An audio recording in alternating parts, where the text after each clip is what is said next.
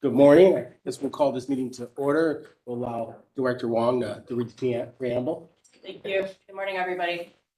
In compliance with notification requirements of Ohio's open meeting law and section 101.021 of the codified ordinances of Cleveland, Ohio, 1976, notice of this meeting has been publicly posted. All boards and commissions under the purview of the City Planning Department conducts its meetings according to Robert's Rules of Order.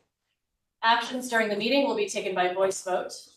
Recusals from any vote due to a conflict of interest should be stated for the record prior to the taking of any vote. In order to ensure that everyone participating in the meeting has the opportunity to be heard, we ask that you use the raise hand feature before asking a question or making a comment. The raise hand feature can be found in the participants panel on the desktop and mobile version and activated by clicking the hand icon. Please wait for the chair or facilitator to recognize you and be sure to select unmute and announce yourself before you speak. When finished speaking, please lower your hand by clicking on the raise hand icon again and mute your microphone. We will also be utilizing the chat feature to communicate with participants. The chat feature can be activated by clicking the chat button located on the bottom of the WebEx screen. Any call-in users can unmute by using *6. All meeting activities being recorded via the WebEx platform. These proceedings are also being live streamed via YouTube. All requests to speak on a particular matter submitted through proper channels have been considered.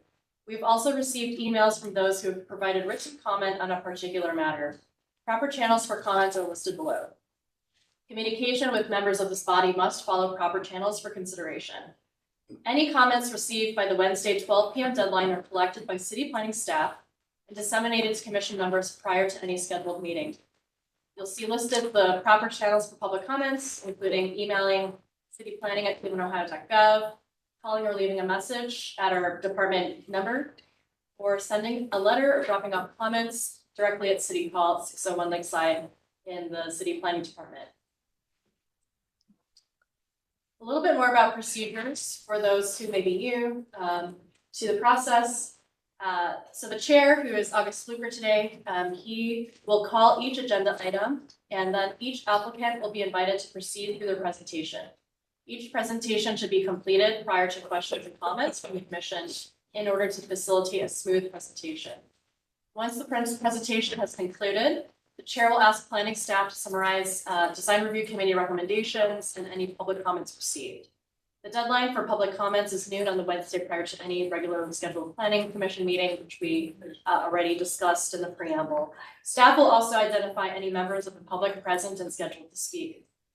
Public comment is allowed at the discretion of the chair, and any individual providing public comment is permitted 2 minutes to speak to the agenda item in which they have an interest. The chair will then request a recommendation from staff if applicable. Commission will then begin deliberations and project review and close the public portion, so to speak. Any commission member except the chair may make a motion at any point after an agenda item has been called. Thank you. Michael, roll call, please. Anthony. Present. Fluker. Present. Curry. McCray Scott. Present. McKnight. Present. Sargent. Slight. Present. Thank you. We have a forum. First agenda item is to approve the meeting minutes from May 3rd meeting. I was not there, so we rely on you guys. I make a motion to approve the minutes from the May 3rd meeting. Second. Roll call, please. Proceed. Proceed. There we go. I'm out of it. Anthony. Yes. Fluker. Yes. Abstain. McCray Scott. Yes. McKnight. Yes. Slight. Abstain, I was absent. Okay. Okay, I'm gonna get in the swing here, guys. All righty. The first agenda item is a conditional use, conditional use permit, wireless communication facility, parcel number 124-08-012, address is 7289 Black Avenue. I believe we're gonna entertain staff comments first. Doherty? You ready? Yes. All right, Shannon Leonard, Chief Zoning Planner, City Planning Commission. So this is a conditional use for wireless telecommunication facility at 7289 Platte Avenue. And so the proposal here is to erect the new 185-foot monopole, telecommunications tower, and then install equipment cabinets and a meter board for a meter bank, a diesel generator, and a semi-industrial 35-foot height district, which is adjacent to multifamily. So the parcel that they're proposing here is marked in yellow. And it is 175 feet tall with a 10-foot lightning rod on top of it. So for zoning purposes, we calculate from the base all the way to the very top. The proposed location of the tower here is along Platte in the far south eastern corner next to the railroad tracks. The proposal here is showing you the tower itself and the where it's going to be located on this parcel, surrounded on a concrete pad with some accessory structures, as well as a 7-foot tall vinyl chain link fence with 3 strings of barbed wire attached to it. So the existing conditions here are along Platte. There's some vacant buildings. To the south is a multifamily residential district that has significant amount of vacant property, but it also is adjacent to an existing apartment community. These are the buildings that exist on the property currently today or adjacent to the property. The applicant has provided these images of what that might look like. For the one to the left, I know they said it was computer generated, but that's a 6-story building next to what's supposed to be a 185-foot monopole tower. So it does look a little bit discrepant, and I think Ms. Scott can discuss that a little bit. So why are they here today? So through the Planning Commission, they need a conditional use permit from you for 2 reasons. One, does it fit within the compatibility of the surrounding neighborhood as well as the 2020 plan, as well as do they meet all the conditions of the code for chapter 354 as it relates to this proposed project here. And so I'll walk through the different conditions. The location as it's related to a semi-industry district, that's fine. The height district, however, it's a 35-foot height district. They're going to need a 150-foot variance from the Board of Zoning Appeals. The setback from the residential or landmark district, they are within 46 feet away from the district itself. They're 82 feet away from the parcel line. As it relates to aesthetic design, you're looking at, do the towers, are they designed in a manner that makes them unobtrusive as possible with meeting safety requirements? They have to be 3 times the height limit away from any residential districts or any public parks or other districts, design review landmarks, etc. And then they just need to be not so obvious. Then no signs may be located, so there's no signage provided here. And then as it relates to the security fence, they meet the security fence. The barbed wire, however, is determined on whether that distance away from where they are located on their concrete pad is actually 25 feet away from the right of way. And that wasn't established on their site plan when I did the review. And then the landscaping, they're providing the 10 feet of landscaping, and then they'll need shrubs and evergreen trees around that to shield the base as much as possible. So the conditions here that you're looking at, was there a reasonable attempt to co-locate or find a more suitable location with less variance request? I'm just showing you here the image on the left is the blue is where they're proposing. Immediately north, if they were to locate the pole on that property, they wouldn't need any variance requests. They would be 500 feet away from the 555 feet needed away from the residential and the various setback lines that they need in terms. They would still need the height variance, but there are other areas in the other parcels in the area that could possibly be a different place or another pole to co-locate on. We've had quite a few co-locating applications in the past couple weeks. And then the other is the erection of the new tower, meet all other applicable standards in chapter 354, including those variance requests, and is design appropriate and compatible with the surrounding uses. So those are the 2 decisions you're making today. I know that Ms. Kim Scott is here today to discuss the design review process and the history of this property and the how this all came about. Thank you, Ms. Lynn. Yep. Thank you. I mean, yeah, I called you Doherty before, didn't I? Yes. Okay, I apologize. I'm Fine. still back in the, It's okay sometimes. Morning, Good morning. commission members. I've been working with this property owner for a number of years. It's probably been close to 5 or 6 years. and there have been various proposals to utilize the property. I know that the owner has had some financial challenges in being able to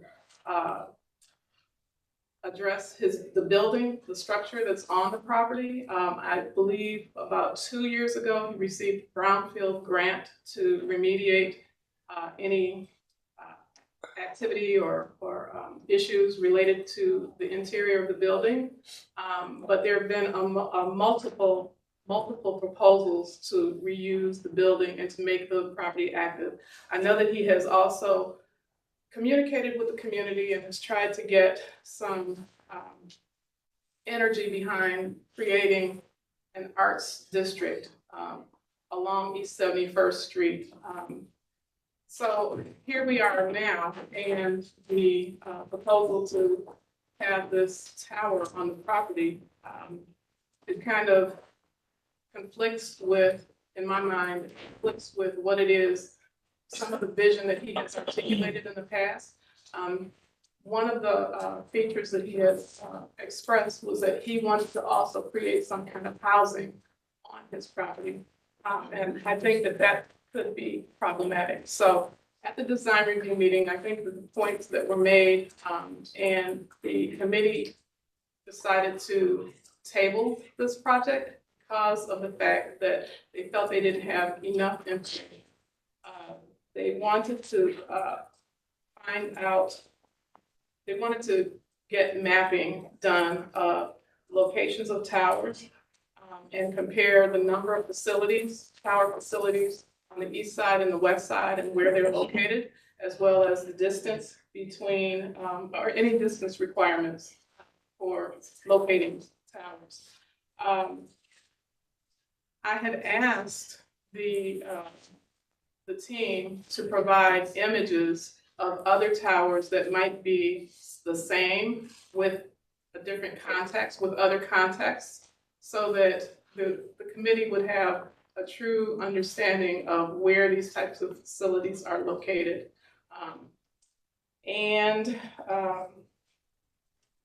The committee was also concerned about how the enclosure was being treated and felt as though there was not enough information. So, I mean, overall, they were not in favor of moving forward. They really just wanted to have more information. They felt that the photo simulations that Ms. Leonard showed were not adequate. As she had pointed out, it seems like you have a 6-story building and then you have this 185-foot tower not too far away, and it was just not accurate. And so one of the committee members really articulated that, or just question the authenticity of the imagery. So they voted to table it so that they could get more information. Thank you. And if I may, going to the design review, their feedback is part of our process, but it is a conditional use matter, so it's a zoning related matter. Design review recommendations would have been able to assist with further recommendations for the body. So that is why we are doing the public hearing today, because it's a conditional use. I do want to mention Councilman Starr is on, and it's up to the chair whether you want to hear him first or if we want to go to the applicant's presentation first and then go back over to this. I'm going to ask Councilman Starr, would you like to speak now or after the presentation, Councilman? I would like to speak after the presentation. How y'all doing, committee? Good morning. Thank you. Good morning. How are you? Okay, well, is it Mr. Grant? That would be me. And Jesse Stiles, so you're speaking on behalf of the applicant? CEO of North Star Towers. Okay, we're going to turn it over to you guys. Terrific, thank you. Can you pull up our presentation, please? Here you go, sir. To the right. Oh, wonderful. It's a pleasure to be here this morning. I drove up from Louisville and the guard at the security told me that there was some sort of drama at the golf tournament today or this morning that I missed back home. But it's a pleasure to be here with you. This is my second time. It's been a few years before this commission, but it's always good to be back in Cleveland. I want to thank your planning staff. They've worked very hard on this project. They are committed to this community and they only want the very best for this community. And we respect that. And I want to thank them for all the hard work on this. Mr. Stiles here is the president of North Stars. I'm their attorney. He's worked on this project for 5 years. And let me go to the next slide, just so, well. Just to Oh. clarify, we're based in Cleveland. Our office is 2 blocks away. So he's not local, but we are. Just for the record, I'm based. Mr. Grant's referring to the PGA Championship. Yeah, Yes. yes, at Valhalla. That was all the discussion that was coming into the building this morning. I was all worried about getting rained on and he wanted to talk about the golf tournament. So, sports rule. The way this process works, and Mr. Stiles has worked on this project for 5 years. The way it works is that and this tower is constructed for Verizon Wireless, and Verizon Wireless's engineers have determined that and typically this is in response to complaints from customers about drop calls, about slow data downloads. Folks want their smartphones to work the way they're intended to work. And all the data that we're running through our smartphones, whether it's to do banking, whether it's to watch a Netflix film, whatever you use your smartphone for, that gobbles up bandwidth. So it takes a lot more bandwidth to transfer all that data, as you can imagine, than it would just to make a voice call. So in the industry, we refer to these as cell phones less and less because they're computers in your pocket. They're very high-tech computers, and they are used in this day and age mostly for data and less for voice. So it's critical for these phones to work properly. And when Verizon Wireless gets complaints from customers, they take those complaints very seriously.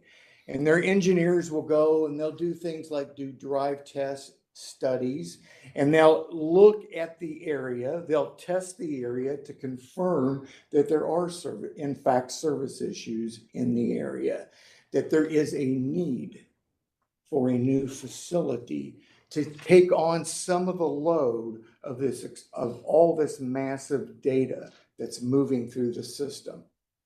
What they do is they design a search area where a new facility needs to be so that it integrates with the existing network. All the other sites that Verizon Wireless has all over this city serving this community. But if we get too close to another site, what happens is we get interference. If we're too far away, then the gap in service, the service issues remain. So this search area here in this neighborhood, in this part of Cleveland, is intended to serve this part of Cleveland. It's intended to serve the people in this area. It's not intended to serve somebody across town, except to the extent that the community as a whole needs and relies on dependable, robust, reliable communication services, not just for convenience, not just so you can watch that Netflix film or make that purchase on Amazon or to text your loved ones, but to make that 911 emergency call. According to FCC data, more than 70% of all E911 emergency calls are made with mobile devices. So it's a matter of public safety that we have a reliable and robust network. It's a matter of safety to these people who live in this area, each and every one of them, as well as the businesses in this area, as well as anybody who's traveling through the area. You want to make certain that you have a reliable network, that in the event of an emergency, you can make an emergency call. If you'll look at this area, what you'll see is to the west there, to my left, at the bottom left hand, or that is the southwest of that, is the cemetery. So, and that is zone residential. So we certainly don't, when we went to look for a new site, we wouldn't look in this cemetery. Above Quincy Avenue to the northeast there are single family residential homes. We wanted to locate this site as far as we could from those homes. But in short,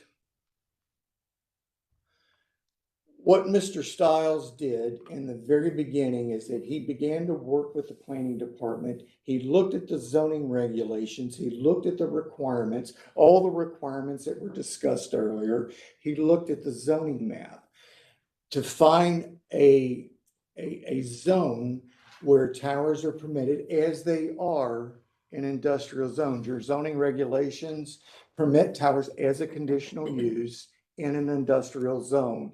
So if you'll look at this search area here, superimposed on your zoning map, you'll see that the purple there is general industry. The gray is also industrial zone. The brown there is multifamily. At the bottom, that is the cemetery, so there's no multifamily uses there. To the southeast there at the bottom, there is a senior residence. So that is something that we wanted to, as best we could, to stay out of that zone and to stay as far away as we could from that zone. So as Mr. Stiles went through and his team worked through this search area, they talked to every possible landowner who had a large industrial sized parcel in the hopes of finding an industrial parcel to locate a new tower where it met all the setback requirements. But the first thing he did was he made absolutely certain that there were no tall structures within that search area to co-locate on. Co-locate, of course, as I'm sure you know, is Verizon Wireless putting its antennas on an existing tower or on some other tall structure. There are no structures tall enough within this search area for them to put their equipment on that would meet the engineering objective of this project. And when you get outside of this search area, there's no other cell towers in this search area. When you get outside of the search area and look, you'll see that Verizon Wireless is already co-located on all the towers, surrounding towers in the area. So to fill this gap, we worked really hard to find a site in an industrial zone with a willing landowner where we can meet the setback requirements, which are very stringent. 3-to-1 is a very stringent requirement. I do these sites across 5 states. And I don't know that I've ever seen a 3-to-1 setback requirement before, but that is what your requirement is. And we respect that. We work very hard to do our very best to find a site that would work. Unfortunately, the only available industrial parcel in this search area is the site that we're proposing. None of the other industrial parcels within the search area were willing to lease space because they had other development plans for their land. They had reasons of their own for not wanting to lease space to North Star to put in this Verizon site. This is it. 5 years worth of hard work. This is it. This is the only place that we can come in and fill this gap in service to serve this community with much needed wireless communication services. There are no other options within this search area. This is the only option. So now the question becomes, how do we design it? How do we locate it on this parcel at 7289 Platt Avenue to meet the setback requirements? If you look at this drawing, if we're down in the bottom right-hand corner next to the railroad track, as you can see there, the little triangle right there is where we're proposing to locate this site. This is a fairly large but oddly shaped parcel. We could move this site north we could have designed it north along the railroad track and gotten it further away from this residential senior residence to the south. If we do that, however, then it moves it closer to the single family homes across Quincy Avenue. So, we were in a very difficult situation here. How do we locate this site on this parcel to meet this 3-to-1 setback requirement to not just a residential building, but a residential zoning district is the requirement, which makes it even more challenging and more difficult. This particular location here, up next to the railroad track, tucks this site away from the single family homes to the north of Quincy Avenue. It does put it, as you can see, that 555-foot ring there, that is 3 times the tower height. I believe that it just touches the parking lot of this residential, of this senior living center. But what we've done here for you is that we have, this is an image of the tower, and to the left, this is the compound to the right where the electronic equipment is located. As required by your zoning ordinance, we are proposing a monopole structure, which is generally considered by most communities to be the least intrusive tower type. It's also designed for not only Verizon wireless equipment, but 3 other carriers, which is also required by your zoning ordinance. So we meet that requirement. The fencing down here is security fencing, which is required by your ordinance. The design review committee was hoping to maybe do some things with that a little bit, and we're certainly willing to do that to meet their requirements. So your ordinance also requires us to provide this body with photographic simulations from the nearest intersections from the site and from any affected residential structure. So as you can see here, we've got 3 locations from the 3 nearest intersections as required by your ordinance.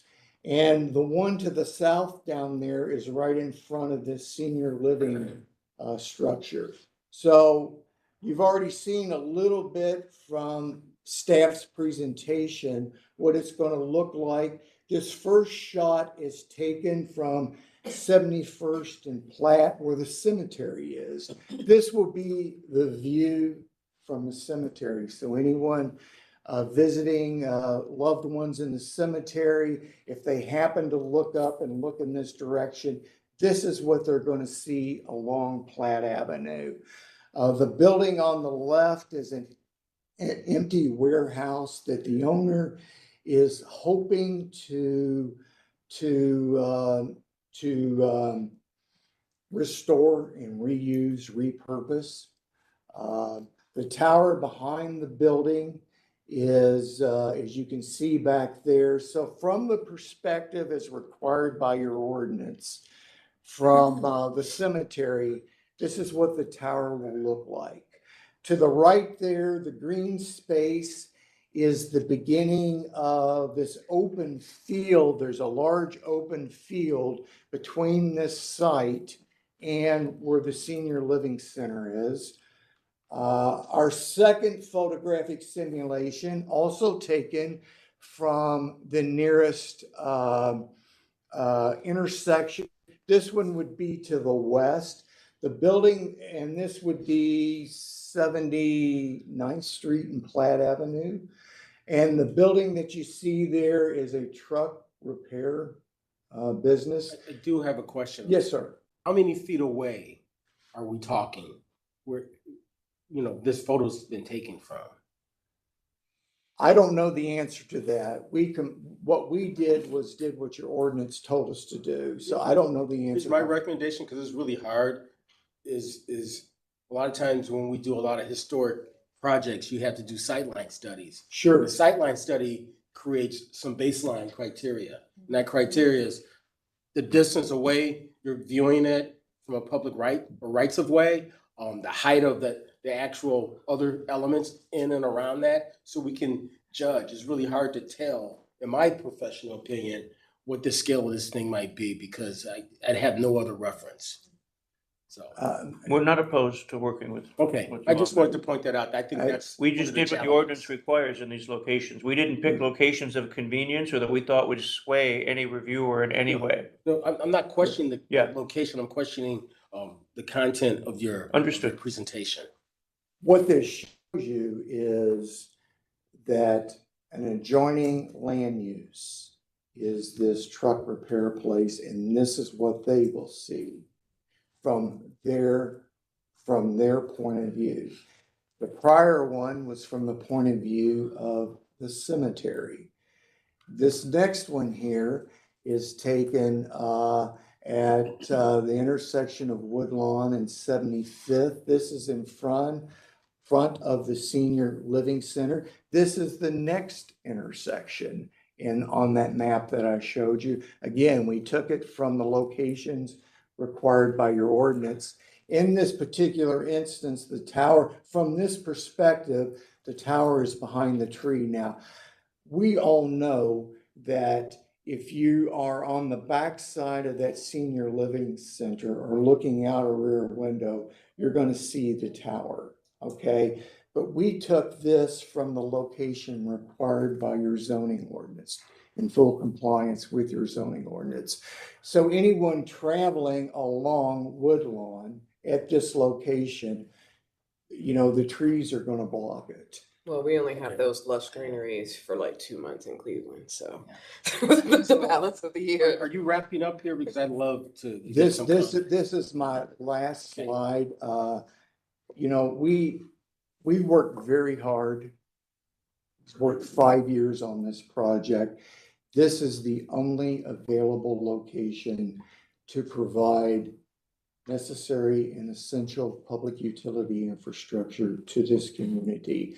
And as I said earlier, to have reliable and robust communication services is not just a matter of public convenience, it's a matter of public safety. I'd like to 30 seconds, no more. A few comments very briefly. One, my firm, I founded our offices, like I said, 2 blocks away. We are local. We live and work in the community. I lived for 13 years as an adult by choice in the city of Cleveland on West 76th and Goodwall. I care about the community. This is not just a place where I want to do business. I also live, work, play here, as does my family. Additionally, as we had challenges in finding a location that could work to place this important project, I worked with the staff here at City Hall, and I was explicitly directed by staff to have discussions with this particular subject property landowner about doing the site on this property. So please know that we've tried to be collaborative. We've tried to do what we were directed to do. I'm fully aware that just because we were pointed in this direction and it was advised that we go here is no guarantee that the city will then approve it. But I want you to know that that occurred. And one last thing, we did a public meeting with the councilman. Probably 100 people were there at the church that joins this. And not one person had expressed any opposition whatsoever to this project. I want that on the record. Thank you very much. Thank you. I just want to make one comment before I turn it over to Councilman Starr and others who might want to comment. I get what you're saying, but we see this for a finite amount of time. And so if we can get collateral information, that additional information, we can make an informed decision. That's all we're saying. We We're won't not get you saying, anything you ask. we're not questioning your process or the validity of what you're proposing here. We just need to understand it. Thank you. Councilman Starr, would you like to make any comments?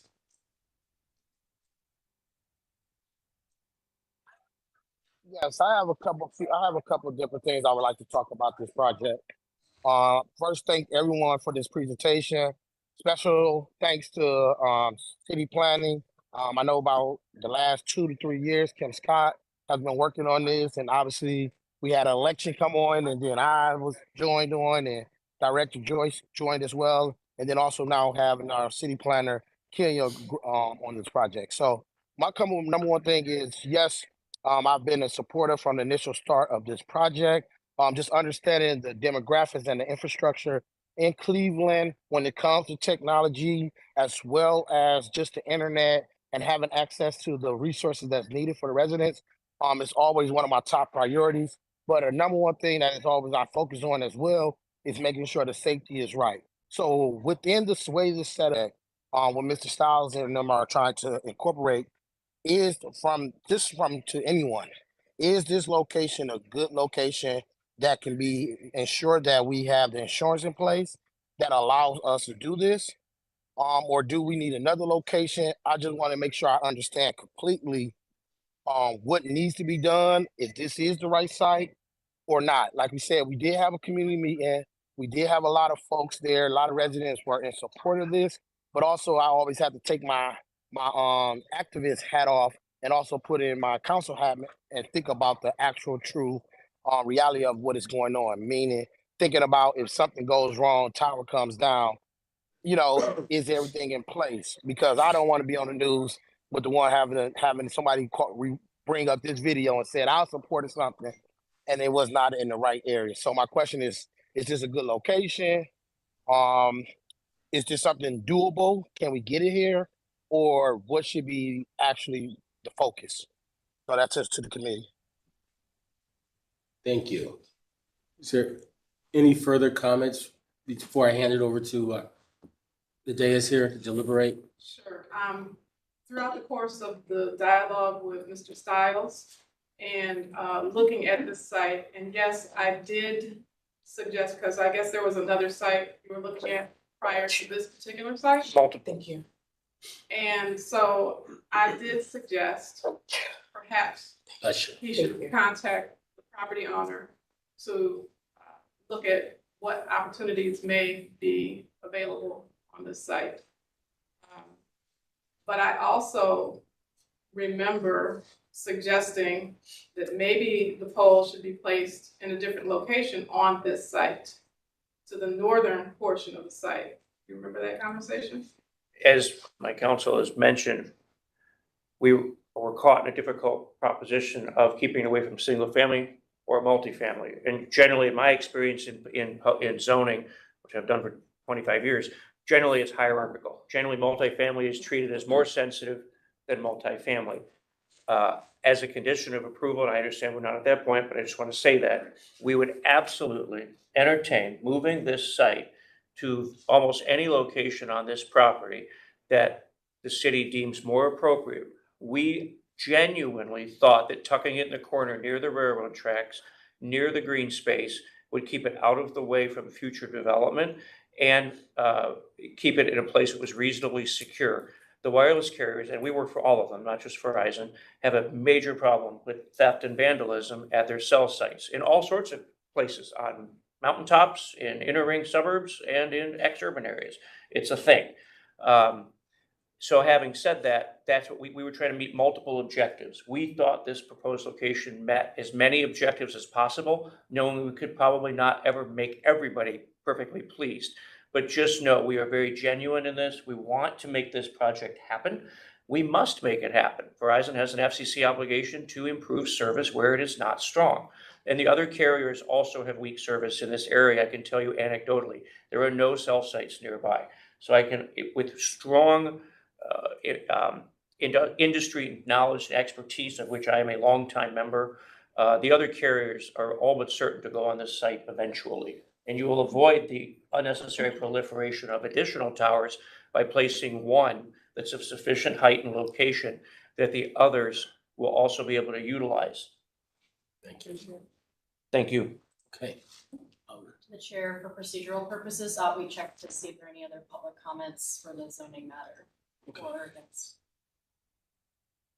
Are there any other additional comments concerning this particular applicant's case, pro or con? Anybody? The chair, I do not see any hands raised or anybody unmuting on the WebEx stream. I didn't see any comments. Okay, well, I'm going to turn it over to my colleagues. Chair, I have a few questions for the applicant. Go ahead. So I just want to confirm, so what, and apologies if I missed You're this, fine. but what determined the search area? That was. That's a great Verizon? question. Yeah. So all the wireless network operators, in this case Verizon, they have very sophisticated proprietary, what's called prediction modeling for RF propagation, radio frequency propagation. What does the network signal strength look like in terms of coverage, capacity, data speeds, all sorts of things? It used to be very simplistic, and they would simply drive around and have services or themselves drive around and test whether you could make a call. But it's so much more than that. Again, data speed matters, capacity. You could have great stuff. You guys have all seen this at a sporting event, right? Or downtown, like during the LeBron parade. You could have 5 bars booming, but you can't do anything with it because there's too many users trying to access the network at one time.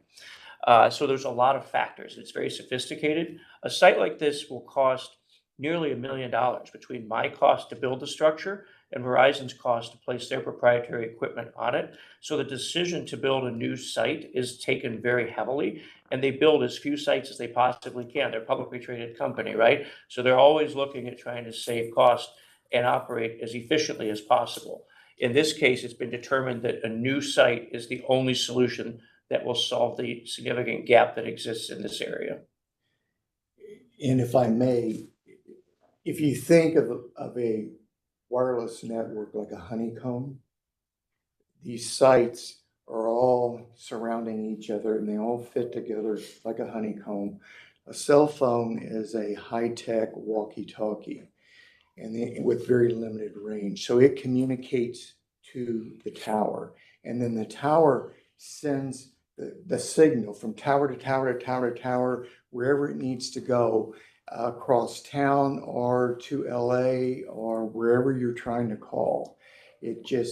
So this network, the way these sites work is that if you get too close to an existing site, they interfere with each other. Like in the old days with a radio signal and a radio dial, where 2 radio stations overlap and they interfere with each other. So this is a radio signal, and it's important that they be situated the right distance from each other to not interfere with each other, to overlap a little bit with each existing site. And so all of that goes into play when the engineers design these search areas. Okay. It just seems like it's like a 4 large block, 10 small block radius seems really small. So that's also a great point. Historically, when I first got in this business around the year 2000, our search areas were sometimes a mile big, sometimes bigger. A cell site back then was easing into 3rd generation wireless, 3G. The G just stands for generation. It's just every 8 or so years, 10 years, the industry evolves into higher technology. What happened was the cell site started operating, generally speaking, on higher frequency and lower power for multiple reasons. But the end result of that, to keep it brief, is a cell site So back in the late 80s, the predecessor to Verizon, GTE MobileNet, launched the Cleveland market with 28 sites, covering the same area they now cover with over 700. Why?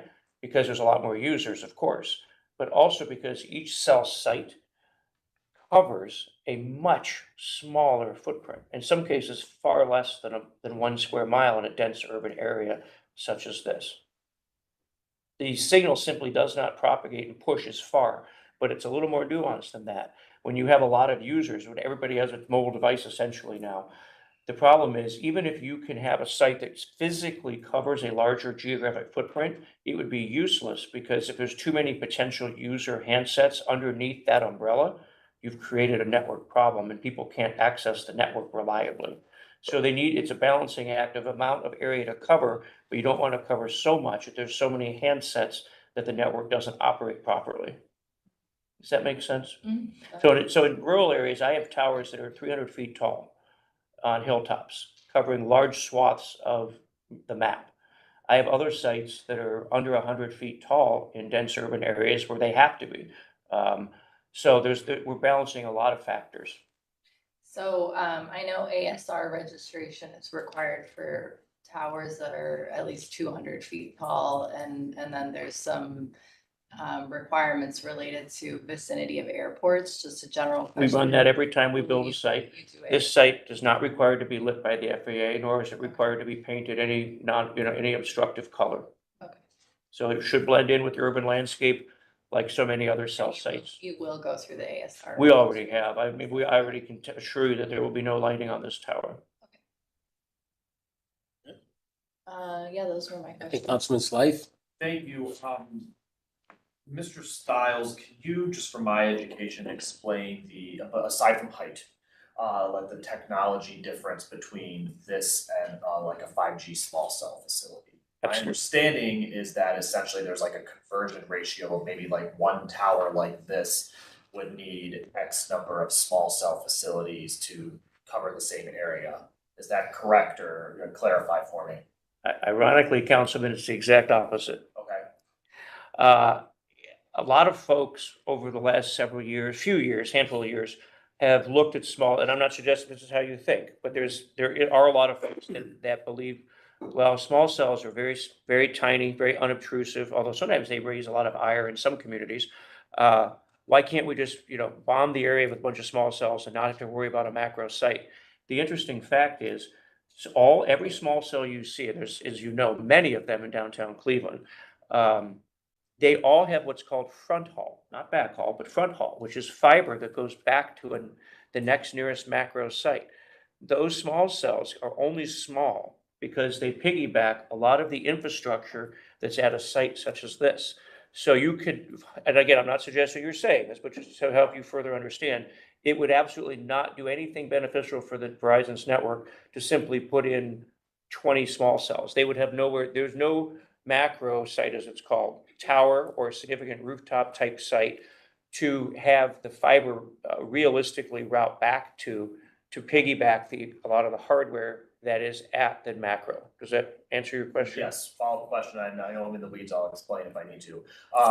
I understand from my previous mapping, this is a bit of a small cell desert. Is this? It's a bit of a what? A desert for small cells. Like there's not as. It is. Does this create the opportunity or the desire from the carriers to have more small cells in the area if the ability to tie back to the macro is now available? So I'm going to give you the real answer. Okay.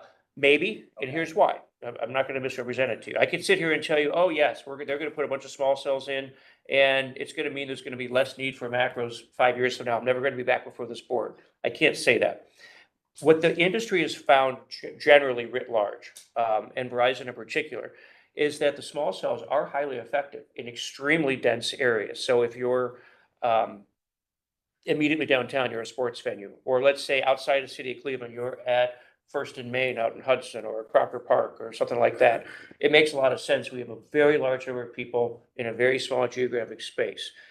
What they found small cells don't do particularly well is operate where there are not a lot of macros as a replacement for macros. So for example, zoning adverse communities, bedroom communities, ex-urban areas that perhaps don't prefer towers, macro towers for aesthetic reasons, they're finding that the small cells do not provide a robust enough network experience for the end users at the handset level to be significant. So a lot of the carriers are actually drawing back the amount of small cell deployment. In fact, when T-Mobile bought Sprint, they actually decommissioned many small cells around the country, tens of thousands. Macros are truly maintaining the wave of the future for robust mobile networks. Okay, would it be helpful, does this, a little in the weeds for any of the members, if I, familiarity with small cells?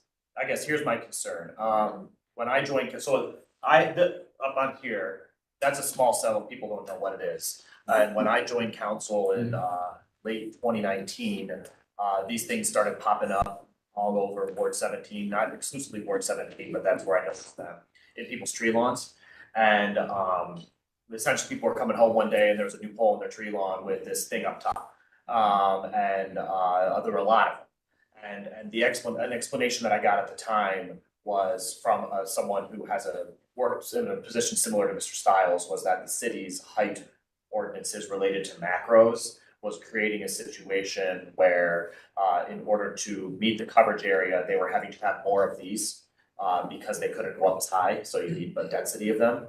And it seems that due to state law, our ability to regulate these was really undercut. That is correct. So I bring it up because I can see where maybe someone doesn't want a tower nearby, but the alternative is, if the alternative is that we end up with more of this, which is where people come into a residential area after work and there's a new utility pole in their front yard in a utility pole rich city, that's not ideal either and not something that we really have any effective ability to thwart.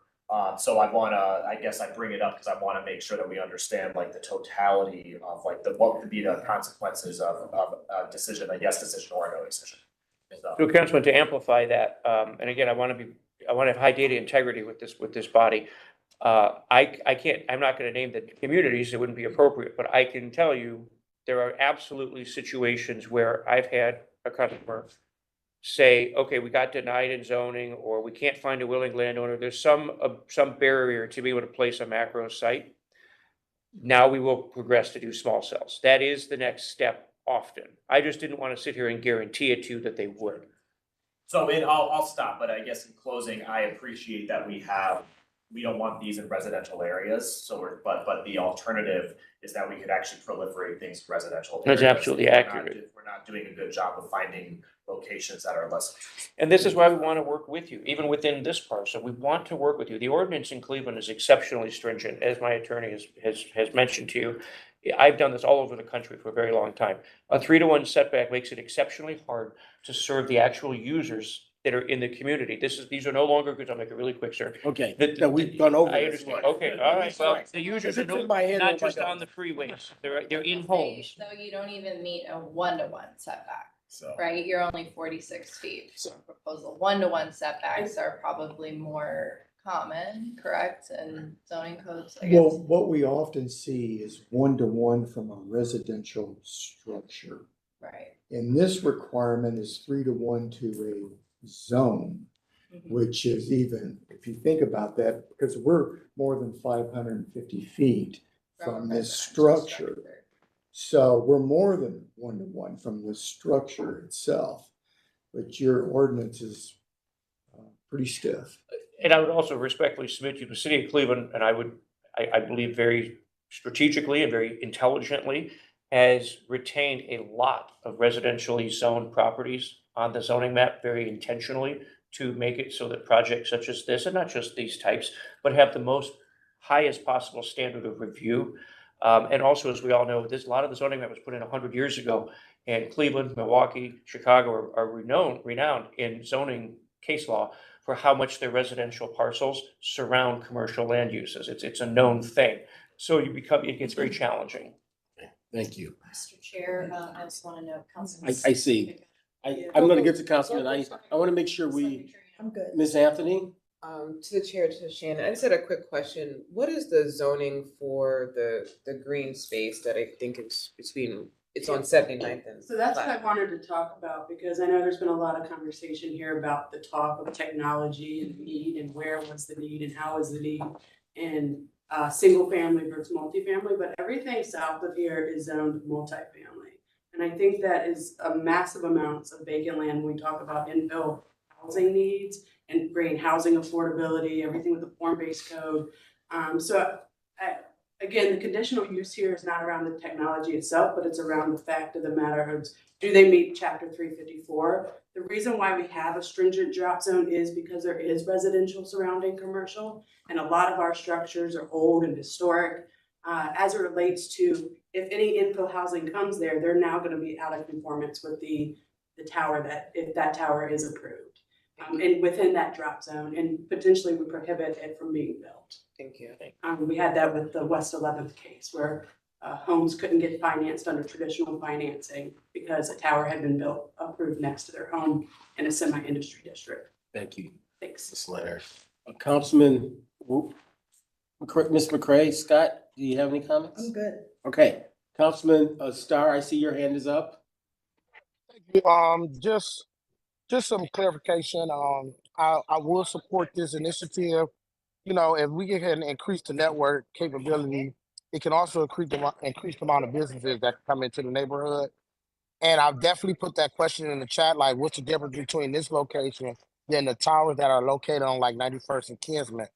I mean, if we're trying to bring more businesses and we're trying to increase the ecosystem and get some definitely connectivity for residents in the neighborhood, in the central neighborhood, and we know the infrastructure has not been always a top priority.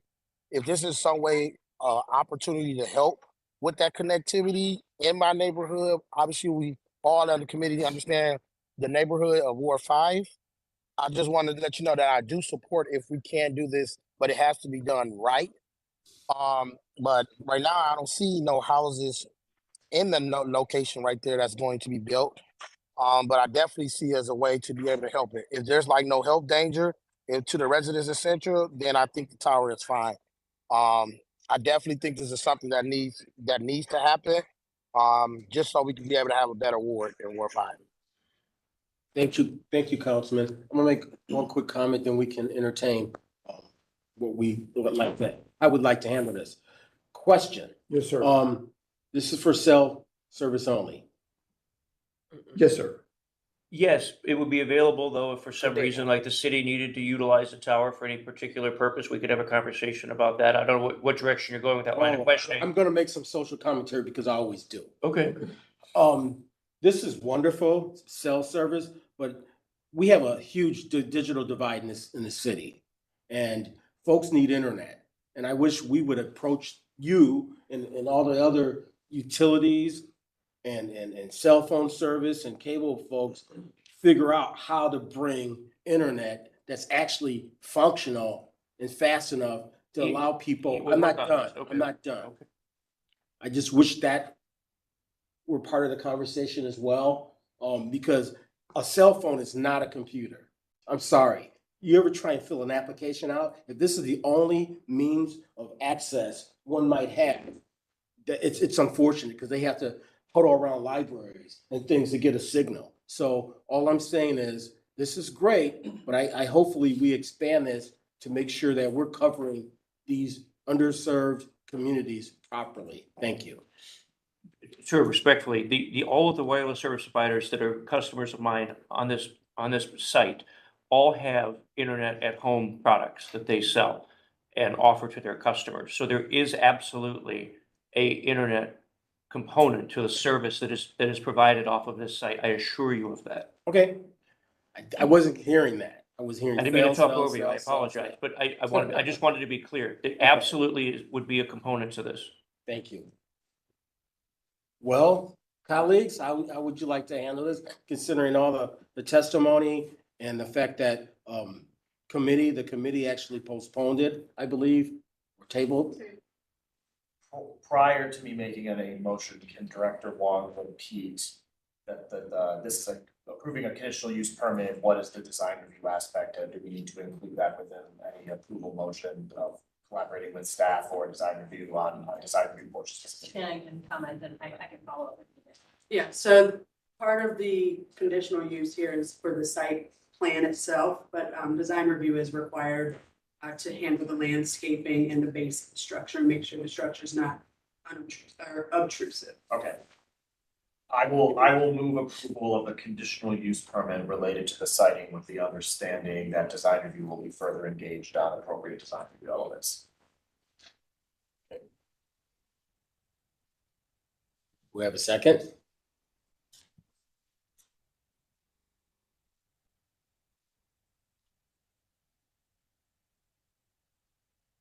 So, we have a motion.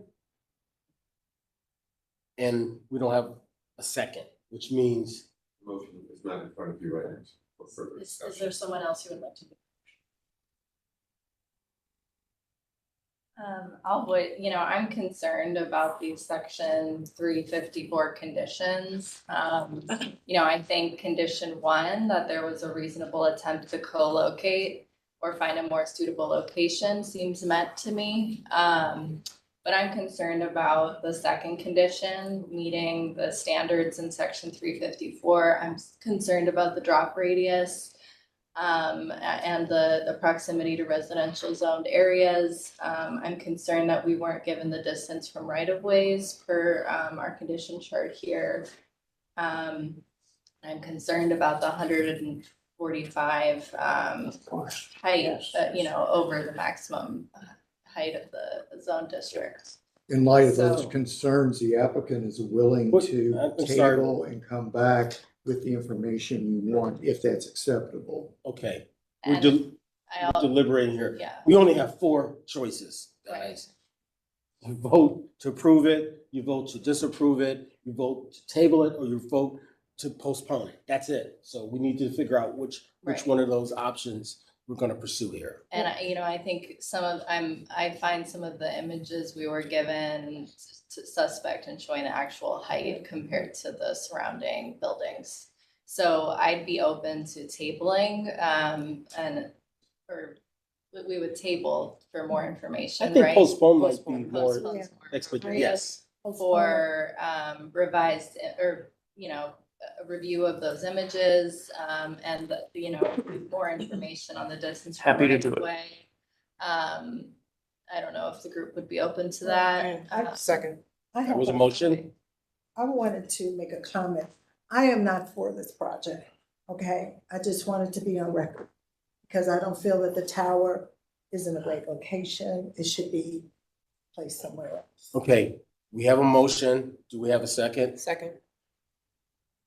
Michael, call please. Anthony, Yes. Fluker, Yes. McCray Scott, No, Sly. No. Thank you. Thank you. You're postponed. would Shall I like to work figure with out- you? Shall we work with you on, On a new date. and, Ready. And Shannon, do you wanna follow up? Yeah, they would need to work with, design review to get all of the stuff at the base figured out. If they wanna do that, and then a letter of, a non-conformance letter was issued, but it'll be issued once they provide the additional information. But thank you very much. We look forward to continuing working with you. Thank you.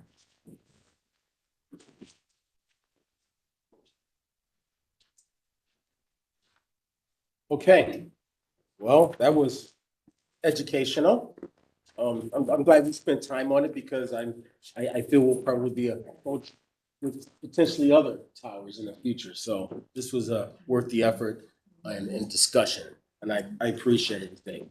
Well, we have second on the agenda. It's a lot consolidation split, permanent parcel number 002-08-074, address 1268 West 67th Street. Michael, is this a public hearing and we need to? No? So, okay, is the applicant here, Mr. Dominic Roberts, to present their case? He's here. Yes, I'm here virtually.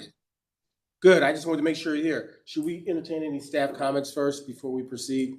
I'll just mention that this project did come before you already as a conditional use, which was approved. So this is the follow-up administrative lot split. Thank you. Okay, Yes. Thank you All right, very sir. much. Good morning, Commission. We appreciate you hearing us today. Yes, we were approved for conditional use back on January 5th. Just to recap it briefly, these are two fee simple townhomes. To maintain one parcel for an existing house on the northern end of the lot and two new parcels for this structure with two townhomes. We are working with UB Greensfelder to create the declaration of covenants, conditions, restrictions, and easements, which was a comment from the last meeting that we were at that will address shared maintenance and trash removal. And if you want to click through the slides here, the next slide shows just context of the location. And this is on West 67th Street. The next slide there, this actually flips your orientation because of that shadow there. We thought it was easier to see. North is on the bottom here. That's the existing home. And go to the next slide. Some street context, some surrounding areas. That's the existing home in the first top left image. Then looking south and looking north in the bottom image. And next slide. Here you can see in kind of that neon blue the existing parcel split, and our proposed parcel splits are the black lines with the proposed structure there noted. And if you can go to the next slide, please, just a more proper survey site plan here of the proposed splits. And this gives you more context of the driveway, the existing building parcel to the north. And this also includes all the setback information, which I think you were looking for as well. And we have some elevations here for reference in the last slide. And that's it. Any questions from the commission? Ms. Leonard? Yeah, I can clarify. I think when this got posted on the agenda, it was, somebody noted it as a duplex, but because they received a conditional use for you for the townhouse, they don't come back for the lot split. Because there's no minimum lot standards for townhomes, a townhome project that gets conditional use approval. So in this case, because there is a single family home on it, but because it's a duplex and they've already been approved for the conditional use of the site plan previously, they really don't need your approval unless you just want to, silver stamp it. Is that clear to you guys? Clarify, before this gets confused. An easy one, wow. Yeah. Easy one. So I just wanted to clarify. Thanks. Any discussion? Make a motion? Make a motion for the lot consolidation split at 1268 West 67th Street. Second. Michael, roll call, please. Anthony, Yes. Fluker, Yes. McCray Scott. Yes. McKnight. Yes. Okay, thank you, guys. The next agenda items under Southeast Design Review District, docket number 220114. It's an office building, new construction, seeking schematic approval located at 3815 East 93rd Street. Who's here to speak on behalf of the applicant? I am. Hi, Dan, how you doing? I'm doing well, and yourself? Are you the only one speaking on behalf of the applicant, sir? Correct. All right, I need to swear you in. All Do right. you solemnly swear to tell the truth, the whole truth, and nothing but the truth for this matter now in hearing under the penalty of perjury? I do. Thank you. Do we have any staff comments for this? Okay, Go ahead with the presentation. go ahead, Dan. Sure. All right, Mr. Chair, good morning, and committee members. As August mentioned, I'm Dan Bickerstaff, founder and principal architect with Ubiquitous Design. And I would first like to potentially apologize for the noise and maybe instability with my connectivity. I'm in San Diego now. But if we can go right to Michael, if you're running this, let's go to page 6. We have a site on East 93rd and Reno. The owner presently has a business just north of this site. He's looking to purchase both lots via the land bank and build a new structure. The structure will primarily be constructed utilizing shipping containers, but done in a very unique fashion. You see the site plan, north is up. Obviously, our building is to the south along the property line.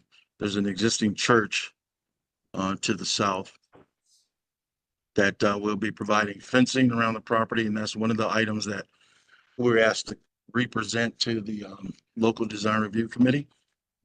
But we have parking for the sales vehicles along the perimeter, north and east. We have handicap parking directly in front of the structure and a main entrance. And then we have patron parking along the south edge of the property.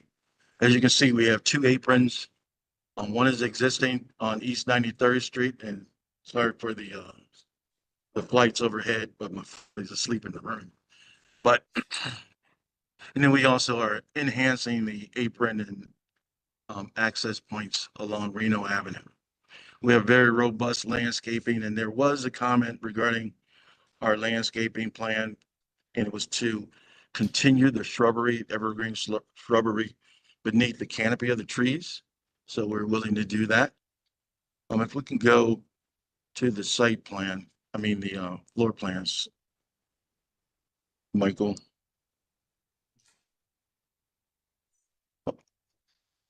Very small structure. We're combining 2 shipping containers. So ultimately it'd be 16 by 40, 2 levels. On the first level, the plan below, you'll see we have our sales area for staff, our main entry to the north, and we have a toilet room, a small kitchenette, and a flight of stairs that accesses the second level. The entire second level would primarily be the owner's office suite, where he has a toilet room, and we've also staggered the upper level containers to provide for a second level deck. Let's move forward. What page is that? I want to go right to 13, correct. So you can see we're providing border-on-board fencing strategically. Our shipping containers, you can see the vibrant yellow color, which the design review committee was very pleased with our strategy. And we're simply not providing or allowing for the roof to be a flat roof. At the end of the day, we're utilizing identical, creating a sloped condition. And you can see our floor to ceiling glass integration for the entry and side lights, as well as the second level. And at the ends of the cantilevering shipping containers, we're opening up the entire facade facing north. Next, Michael.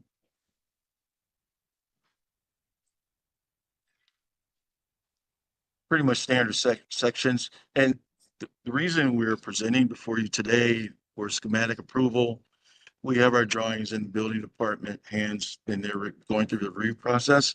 And we're just seeking this approval so that can continue as we meet the final criteria for the local design review. I'm going to go right to the renderings, Michael, 17, 18, 19.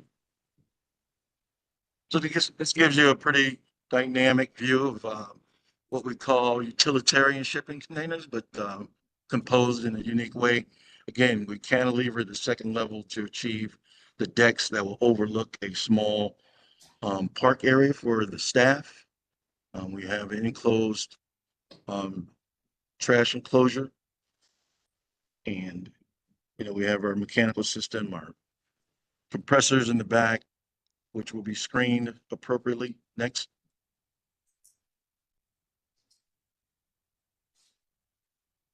Some additional views to give you a sense of our strategy with the shipping containers.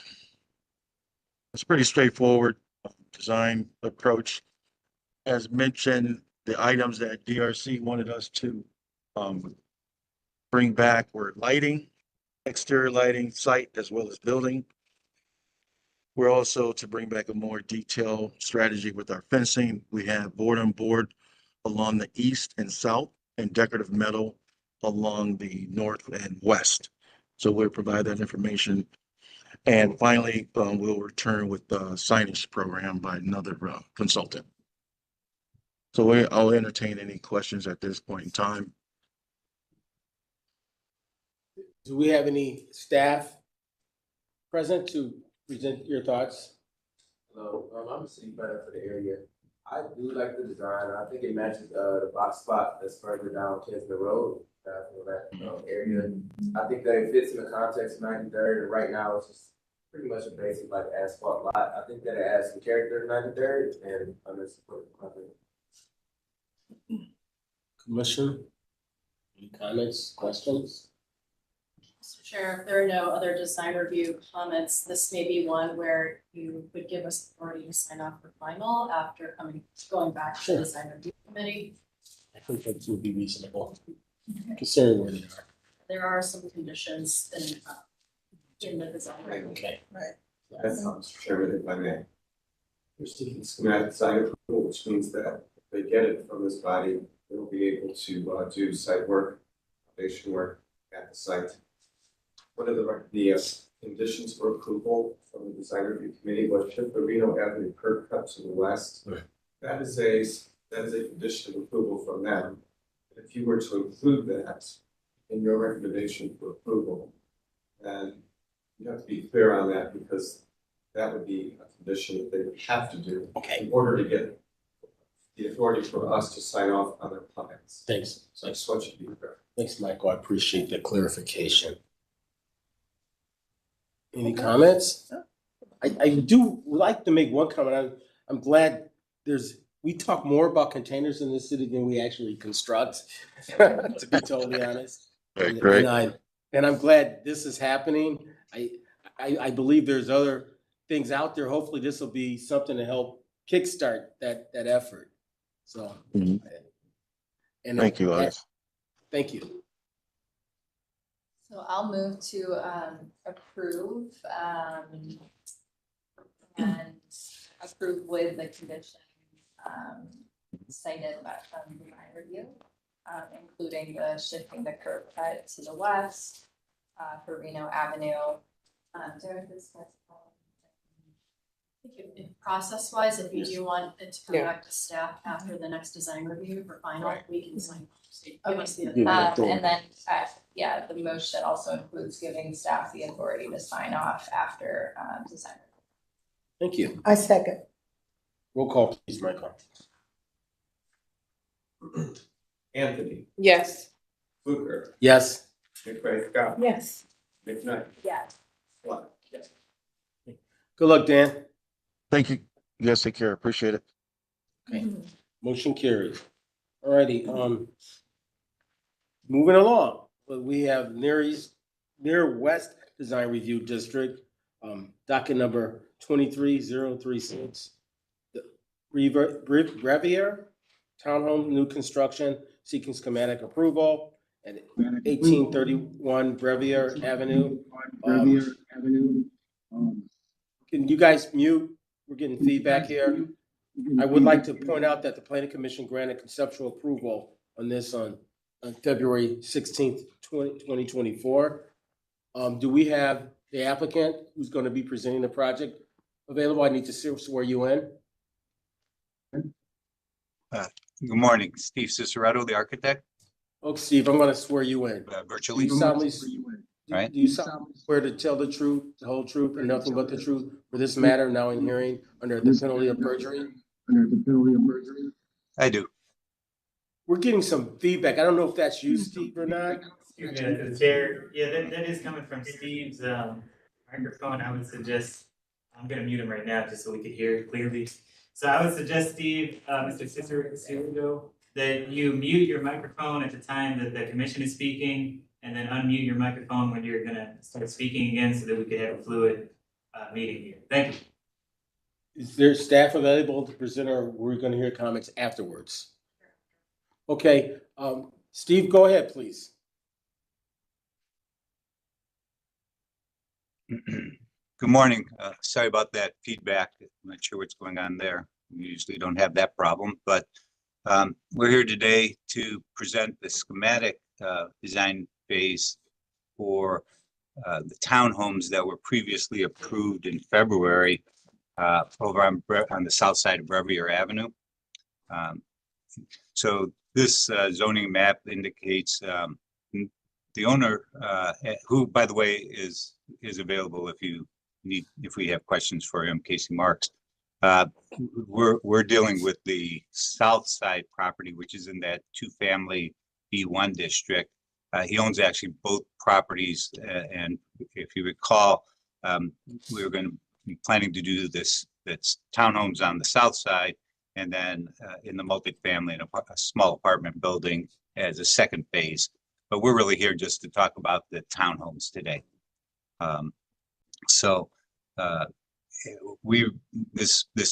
That's the zoning map. We view this as a transitional project between the two-family homes to the east on Brevier, and then the high-density apartment building and townhomes on the west side of Lincoln Heights development project. So these are the screen on your left is the actual property, and you can see they've started to do in this photo some development of the apartment building. When we look to the south, which is all the way across to the fence that's there, there's a plan for a parking garage for the apartments, and then up on the higher levels, more apartments built above them. But so our south side property line basically butts up against this apartment garage. Are you still getting feedback? Can you hear me all right? Okay. Thank you. It's okay. Okay. This is a street of Brevier, just looking back towards the east across the street, and is that where the red house is, and that's on the north side, and then the right side is looking to the neighbors. And I think there's a few shots of context here. Michael, you could just flip through. There you go. That's the exact property next door. And that there's, you can see there's a home and then sort of a green vacant lot of green space that's part of that home. So that's what we will be building up against. Next, please. This is kind of an overall site, kind of tying the townhomes to the south. That's on to the left of the page, and showing an overlay of that apartment building and the parking garage that's surrounding us to the south side. Again, just in context, because we wanted to indicate that there's a plan to develop both sides of the street as one under a landscape concept for a little small pocket park just before we get to that Lincoln Heights development. Okay. Next, please. This is a basically when we started this project, we were looking at building 6 townhomes with single family with single car garage.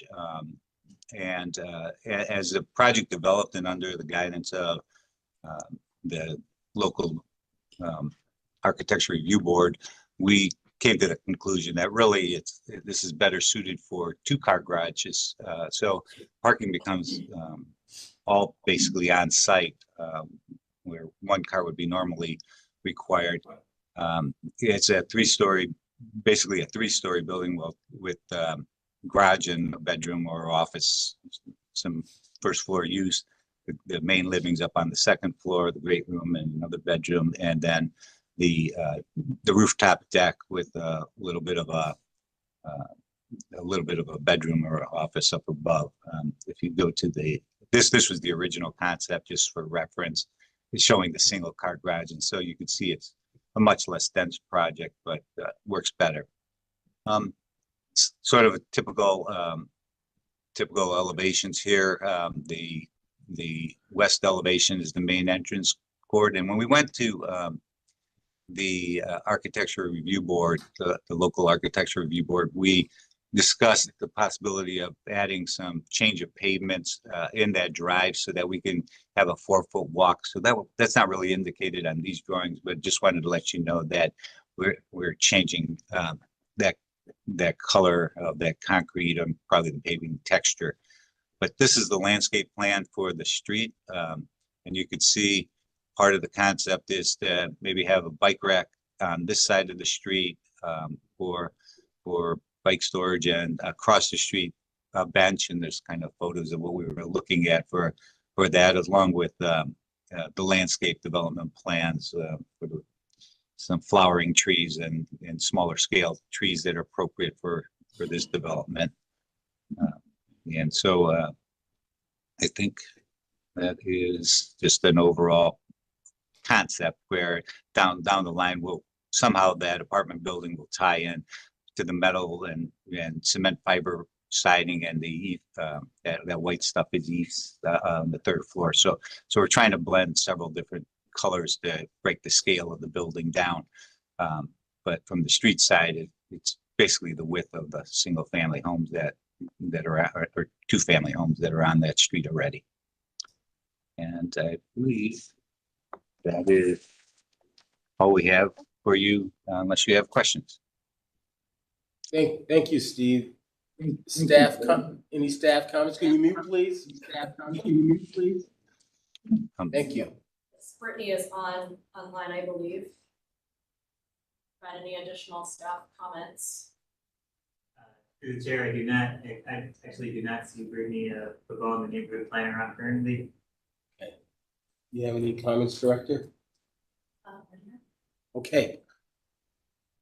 As I recall, we've seen this before. And correct me, or at least enlighten me, does this fall under the new townhouse code or? New townhouse code. Okay, And the conditional use has already been granted. great, that's what I thought. Okay. So this is just about design, and the reason why it's before you, even though it's 5 units, is because it was part of that larger body of work. I should hope everyone the larger development, so. Thank you, Director. Any comments from Commission? I have a question. I'm not really understanding the first comment from design review. I do not either. I don't need. Put it in if we don't believe in the. Okay, all We don't understand. I don't know what that means. That could mean a lot of things, so. So when you make your motion, you can put the ones in that you believe. Put in, so. Sure. I move that we advance the Revere Townhomes schematic review with the conditions as noted by design review, minus the first condition listed here in the documents that references considering a back area as an opportunity corridor for residents. We are omitting that as part of the motion. I second. Thank you. Roll call, please. Anthony. Yes. Luker. Yes. Craig Scott. Yes. McKnight. Yes. Flood. Yes. All right. Thank you very much. We'll see you for final in a few weeks. Thank you. Okay, we have all the design review districts practically represented here today. Northeast Design Review District, docket number 24007, proposed demolition of a 2-story mixed-use building and 2 related buildings on site. They're seeking final approval per ordinance 34108. The address is 12408 to 12412 Superior Avenue. And I believe we have Ms. Mackey here to present on behalf of the city, and some guy who doesn't have a name. True. My name's Alex Abramowitz. I'm also with the Demolition Bureau. Alex, well, your parents. Don and Ellen, but they're I not, believe, not from here. Okay, alrighty, sorry. Go. No problem. The City of Cleveland Demolition Bureau is proposing the demolition of 12408, 12412 Superior Avenue. The site consists of 3 structures. This is the primary mixed use that is facing Superior Avenue. It underwent in mid-April a front wall collapse. As you can see, the second floor is pretty much gone. So the request is for the complete demolition of the 3 structures identified on the single PPN. They're all zone local retail with land use of store with walk-ups, and they were built in 1910. We do have a current owner who has owned it for quite a while, since 1979. The structures itself have been condemned since 2010. The current owner is residing in a small area of the structure. There is a vacate order issued. He will be vacating this coming week. Prior to this, we had not received any formal complaints on the structure. We have not had to board it. Taxes are current. And again, the plan will be to demolish, clear, grade, and seed. This is your location and context. It is sitting at the corner of East 124th and Superior. It is the large backwards L-shaped structure, if you will. And here's a more layout, again, of the back L-shaped context of the site. This is an aerial, a more recent aerial of the site. And I've gone ahead and I've identified for you on that backwards L where the 3 buildings are per se. So you have a building 1, which is facing Superior Avenue. That's the front wall that has collapsed. That's the mixed use. The building 2, which you can see there's not much left of roof-wise, is the old theater part. And building 3 is an extremely dilapidated, vacant, single family residing on the PPN as well. So that's why we refer to it as 3 structures. The county refers to it as 3 as well. So we were trying to identify where we have some delineation of these structures. This is at the corner of East 124th and Superior, sort of looking south. So on the left side of the picture is your mixed use front building.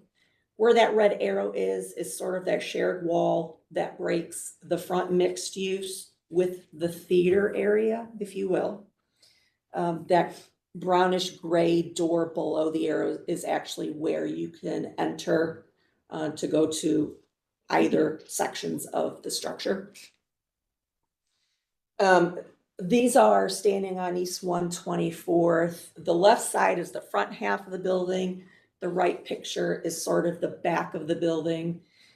It is significantly overgrown. He did put a wall up there. So it's not well defined, but that's sort of the length of the building on East 124th. This is the back of the theater. So when you walk down East 124th and that backward bottom L part, sort of like a vacant lot, if you will, this is the back. Standing in that vacant lot looking north, this is the back of the theater. And you can see there's to the right underneath the area, sort of like an attached walkway entry to that interior view of the site. We'll be honest, there's not a lot we could access for obvious reasons. There's no floor, there's no roof. So this is indicative of what the inside of the mixed use and the theater area looks like. We're missing a lot of the structural components. So the left is your view south, looking south on East 124th. The upper right is your view on Superior, and the bottom is west on Superior. Logistically, as you could see, looking east on Superior is hard to get a front view because they are doing that new construction literally across the street. And they took up the sidewalk, so I was trying to dodge the cars standing in the road. So again, here is your orientation of the site, backwards L. And again, we are looking to do demolition of all three structures, if you will, seed, grade, the project site. And that is the end of the presentation. Ms. Mackey. Any comments? I have a question too. How big is the theater? I know it's going away. How big a theater was it? The theater or the site? The theater itself. Is it a small one? I'm gonna be honest, I cannot Oh, that's answer. I know the site itself is around 15,000 when you're taking in all three, the theater itself. I never knew a theater existed there. Well, lastly, I hope you get this guy out safely, a person. That doesn't seem like a very safe environment to be residing in. City of Cleveland has, if you are familiar with, it's called Senior Initiative Program, where representatives from law, building and housing, aging, health, community development, we all work. I used to be part of it. I am not now. We all work to bring forward to the body unique, critical, very wraparound intensive projects such as this. So we have one of our inspectors from building and housing working this. They have identified him an apartment. They are moving him by Wednesday of next week, they've advised. So that is, safety of him is our priority. And so that is part of what's been going on in the background, is coordinating with everyone. So everyone benefits from the situation, not only the community because it is collapsing, but obviously the tenant and owner. And so that's sort of where we're at in this situation, in this position. But yes, they have secured and they've moved quickly. They've secured him housing. And we are letting them work that situation before we obviously step in. Okay, thanks. I can. Call the question? I make a motion that the proposed demolition of the two-story mixed-use building be approved.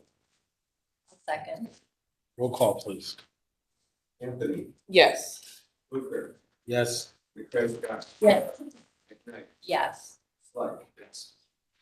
Thank you. Thank you. Bye-bye. You all. Thank you. Right, we have Downtown Flats Design Review District. There's a couple on the agenda, the first of which is docket number 24019, Public Square Parking Garage Signage seeking final approval, 200 Public Square. I believe Ms. Moima. Moima? Okay. Yep, you got it. Brilliant sign is here. And I see that Xavier is the planner. I'm going to swear you in first and we'll allow Xavier to give the staff report. Do you solemnly swear to tell the truth, the whole truth, and nothing but the truth for this matter, now in hearing, under the penalty of perjury? I do. Thank you. You're on, sir. Thank you. Thank you. This is Xavier Bay, city planner with city planning. Basically, just providing the variances that are needed for the proposed parking signs. And so basically, the variances you're going to be seeing today are due to the applicant proposing two 42 square foot projecting signs. So here's a few views for you. You can see the proposal there on the northwesterly and southeasterly side of this parking garage is connected to the Huntington Building, 200 Public Square. So here's just the zoning for you, general retail business. Sorry, I got cut off there. 9 is the high district.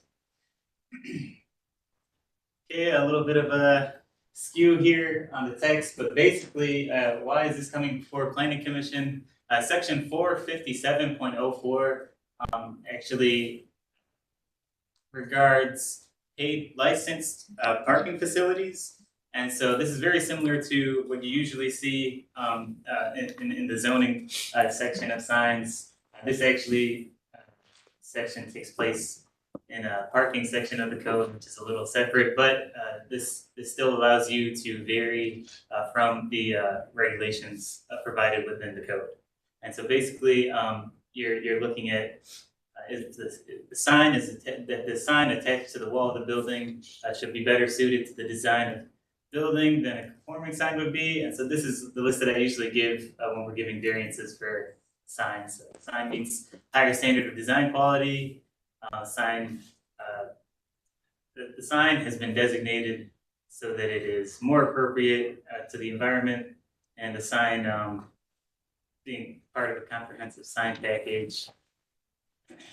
For a large scale complex of facility, meeting the standards in Division E4, which I'm providing for you here.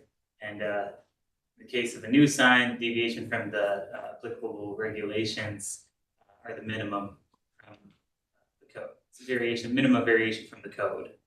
And so today you're looking at primary signs. Basically, it's the primary identification sign of this parking facility. It's a projecting sign that just gives you the sign type.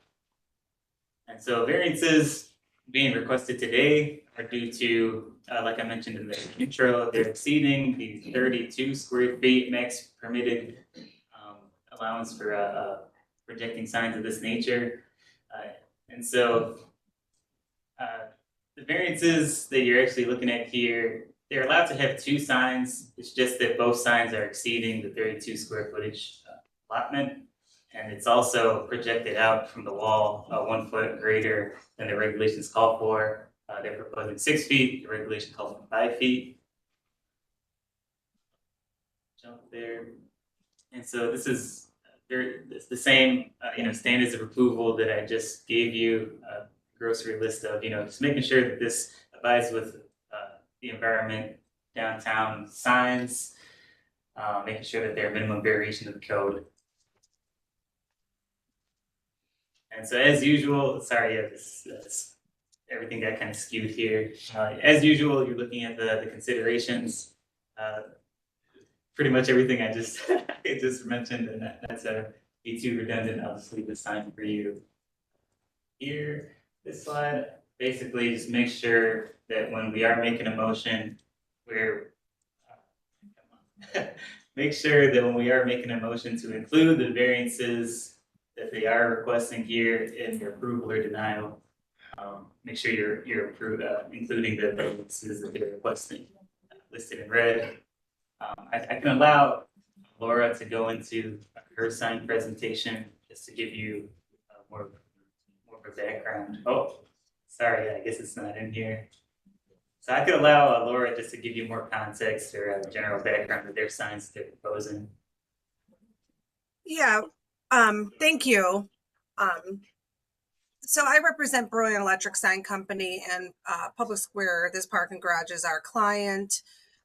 Yesterday at the committee approved this with conditions, which we are working on now to get that administratively approved to Dan so that the board can sign off for this. So today we're on for the two blade signs, the electronic message centers, which will display the parking rates, no advertising of any other kind besides whatever parking special they have that day. We just put morning special parking because we don't know their rates. It could change. It could be $20 a month or however a day, probably more likely.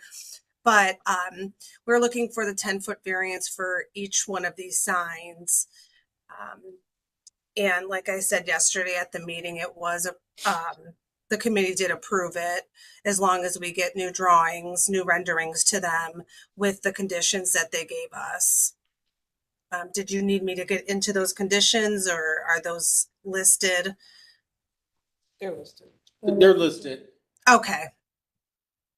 I mean, unless there's more slides, these are just two electronic 7-foot electronic message centers. As you could see where we put the international parking symbol on. There's already existing ones, but these are a little bit bigger, and that's why we're on this meeting today to get the variances for the 10-foot for each sign. Okay. Thank you, Ms. Wilma. Thank you. Sorry, without the slides. So I think it's pretty straightforward. We can understand. Yeah. Commission members, any comments, questions? I'd like to make a motion, if it's okay. Go ahead.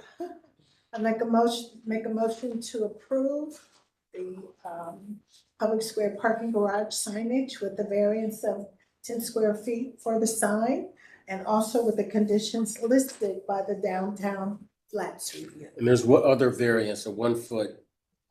You have to just include the other variance if you wish. It's that they're exceeding Oh, no sign shall exceed further than 5 feet from the building wall. It's 10 feet for each sign. It exceeds it by 1 foot. Okay. So yeah, just for clarification, you're approving 10 square feet that they're exceeding from the regulation, and you're approving 6 feet from the wall. Right. Yes. Correct. Thank you. Thank you. I'll second that. Roll call, please, Michael. Anthony. Yes. Woodford. Yes. McFerrin Scott. Yes. McKnight. Yes. Sly. Yes. Thank you. Good luck. Thank you. Have a blessed day. Thank you. Bye. This is the signage agenda. Yeah. The second docket under flats, downtown flats is docket number 24023, Glamper signage seeking final approval, address 1052 Old River Road. I believe Mr. Mark Manovic is here to advance the installation and signage service. I believe Xavier is going to give us a brief prior to that. Yep, thank you. It's Sacred Bay City Planning. This is another sign in the downtown flats design review district. This applicant here is occupying the 3rd floor, as you just mentioned, at the address 1052 Old River Road. They're proposing one wall business identification sign, 77 square feet. And so the existing zoning is downtown residential height 4 district. And here's an aerial view. You can see where the location is in the flats. This is actually very close in proximity to what you saw last planning commission. And so just going through the usual sections of the code here, 350.16 gives you the ability to make the sign code more or less restrictive than what the regulations require. And same grocery list that I mentioned before: design compatibility, design guidelines, and making sure that there are minimal variation from the zoning code. And so here the applicant is like I mentioned, proposing 108 square feet of wall signage. And so the reason that the variance is so large of 96.5 square feet is that they're actually a non-ground floor use. And so if you're non-ground floor use, you're only allotted 12 square feet of signage, wall signage. Typically, this is really because the code allows non-ground floor uses to have, some type of very small placard near the entrance of the building, as you see in most facilities downtown that have multiple tenants. So yeah, that's the variances that you're looking at today. Same considerations as I mentioned before. Does this result in signage that's better suited for the location here in the flats, resulting in signage that follows the CPC standard approval guidelines and making sure variances are minimum. So the applicant does have, looks like we do have their package here attached, so I could let you continue on with you. Thank you. Good morning, and thank you, everyone. You need to swear. Oh, okay. All right. Swear you in. Do you solemnly swear to tell the truth, the whole truth, and nothing but the truth for this matter now in hearing under penalty of perjury? I do. All right, Mr. Vanovic, go ahead. All right, so I'll start with our sheets here. Same overview. Seeing there is a front view of the signage. It's stainless steel and Pantone. It's backlit. It is illuminated. Next slide, please. just an orthographic showing some dimension. There is a rendering of what it would be at 108.5 square feet on the wall, how it would fill the space above that window. Next slide, please. One back, I apologize. That was just a nighttime mock-up how, and the next would be the existing conditions as it sits.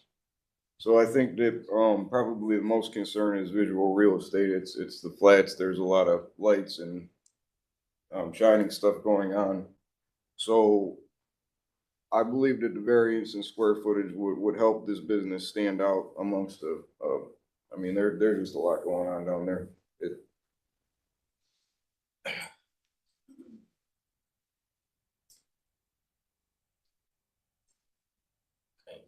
Yeah, yes, sir. Thank you. Yes. Commission members, any comments, questions? I have a question. What is Clamper? So I just found out too. So we're just the installation company. Yeah, no, and sometimes I don't have answers to these questions, which is interesting, but Clamper actually stands for glamorous camping is my understanding, and it's a subset of hobbies sort of thing.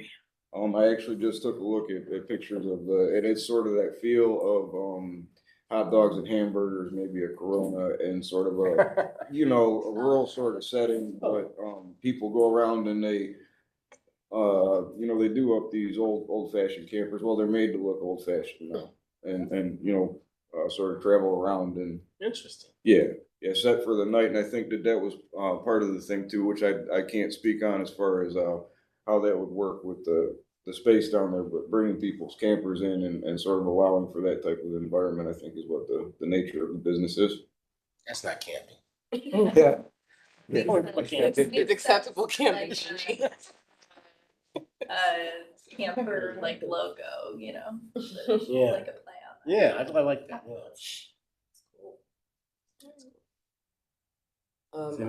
Unless there's any other commentary, I move that we approve the Glamper signage as presented with no conditions. With the variance. 96 point. Sorry, the variance of 96.5 square feet.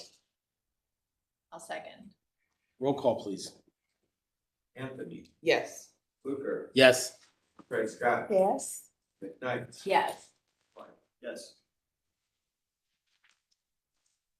Okay, thank you. Thank you all very much. I appreciate it. And yet another signage. Mr. Chairman, this was tabled at design review, and we agree with that tabling, so if you wouldn't mind, please calling for a motion to postpone. Well, guys. I second. Anthony, Yes. Fluker, Yes. Craig Scott, Yes. McKnight, Abstain. Slide. Yes. Thank you, Director Bell. Thank you. Oh, so we have public art. Sarah. You say it like that. It's well, this is always a highlight of my day. It's the Weston Cleveland mural seeking final approval, 77-7 St. Clair Avenue. I believe Tara's gonna introduce before we have our speaker. Is Alex here? Oh, sorry, it's Amanda. Amanda, okay. Hi. Well, Actually, the first item on the agenda has been asked to be removed at the request of the applicant, so that's the one you're referring to with Alex. Oh, my name is actually Amanda Sanchioni. It looks like it may just have been typed in wrong. Okay, It's not no, on- it's fine. Oh, it's not. Oh, yeah, I see that. We're good. Yeah, her name is Amanda. It's Alex. Sorry about that. So I'm gonna turn this over to the applicant, but it is a mural for the side of the building, the west facing side of the building of the Westin, which is owned by Marriott, I believe. And it did go to his Greater Historic Downtown Review on the 15th on Wednesday. They did approve it with some advisory notes that I don't necessarily agree with, but I can get into it after the applicant goes over the full review. I'll come back and talk to their particular comments about this location. I'm personally in support of it. I think it's a great addition It's not a historic building. It's in a historic district, but I think the size, scale, color, composition, and everything would add to the feeling of the experience in this particular area of downtown. So I'm gonna turn it over to Amanda to go through the slides. If you could back up. Thanks. Okay. Great. Thank you, Tara, for that introduction, and thank you everyone today for your time. Just a quick introduction. My name is Amanda Sanchioni. I represent Ground Level Project Management. Ground Level Project Management is a subsidiary of HEI Hotels. HEI Hotels is the owner and operator of the Westin Cleveland. We are currently doing interior renovations to the lobby, and where there was previously an Urban Farmer restaurant, we are changing it to become a Masa and Agave, which is an authentic Mexican taco and tequila restaurant. So with me today, I have our artist named Aaron Petez. He's based out of Puerto Vallarta, Mexico, and a few of my colleagues. He, as you previously saw, maybe in some of those slides, we are proposing to do an exterior mural called Princess Mayhel. It has nodes to the Masa and Agave restaurant, but it is not an ad. So this is, yep. And then I'm actually just going to turn it over to Aaron so he can kind of give a briefing. If you could go to the next slide, I believe. Actually, maybe a few back. It's just like the artist introduction. Yep. So I'll hand it over to Aaron so he can introduce himself and the vision behind the art piece. Thank you, Amanda. I appreciate the introduction. Hi, everybody. My name's Aaron Petz. I'm an award-winning creative director and fine artist that specializes in large-scale paintings and sculptures within mostly the United States and Latin America. The vision for this restaurant is for 100% authenticity, which is why we decided to land on Maya Hel, the god of agave. She's basically like a Mother Earth type figure for the Azteca community. The imagery that we produced is basically hand painted onto the facade of the building itself. And we're using like traditional brush stroking. So that way it looks like a very, very authentic painting. The painting itself depicts Maya Hel, who is the mythical goddess of quote unquote the elixir of life, or agave, which ultimately was given to mankind to lift their spirits. That's basically our concept in a nutshell.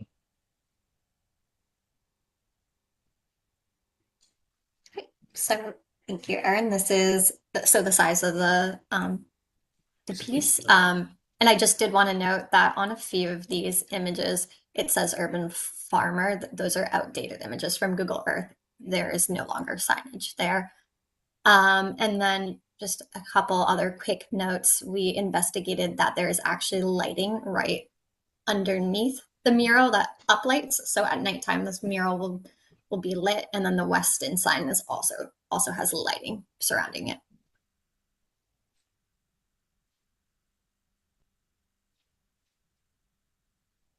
And that is it. Open to any questions. We also have a letter from ownership that just expressing that they take full responsibility for the maintenance of this piece. We're also working with Maruce Brothers. They're a local general contractor in the area. They have done renovations and actually installed that original panel system that the mural is going to be placed on. So they've kind of sent us over all of the spec information. And we take full responsibility for any maintenance that needs to occur throughout the next several years.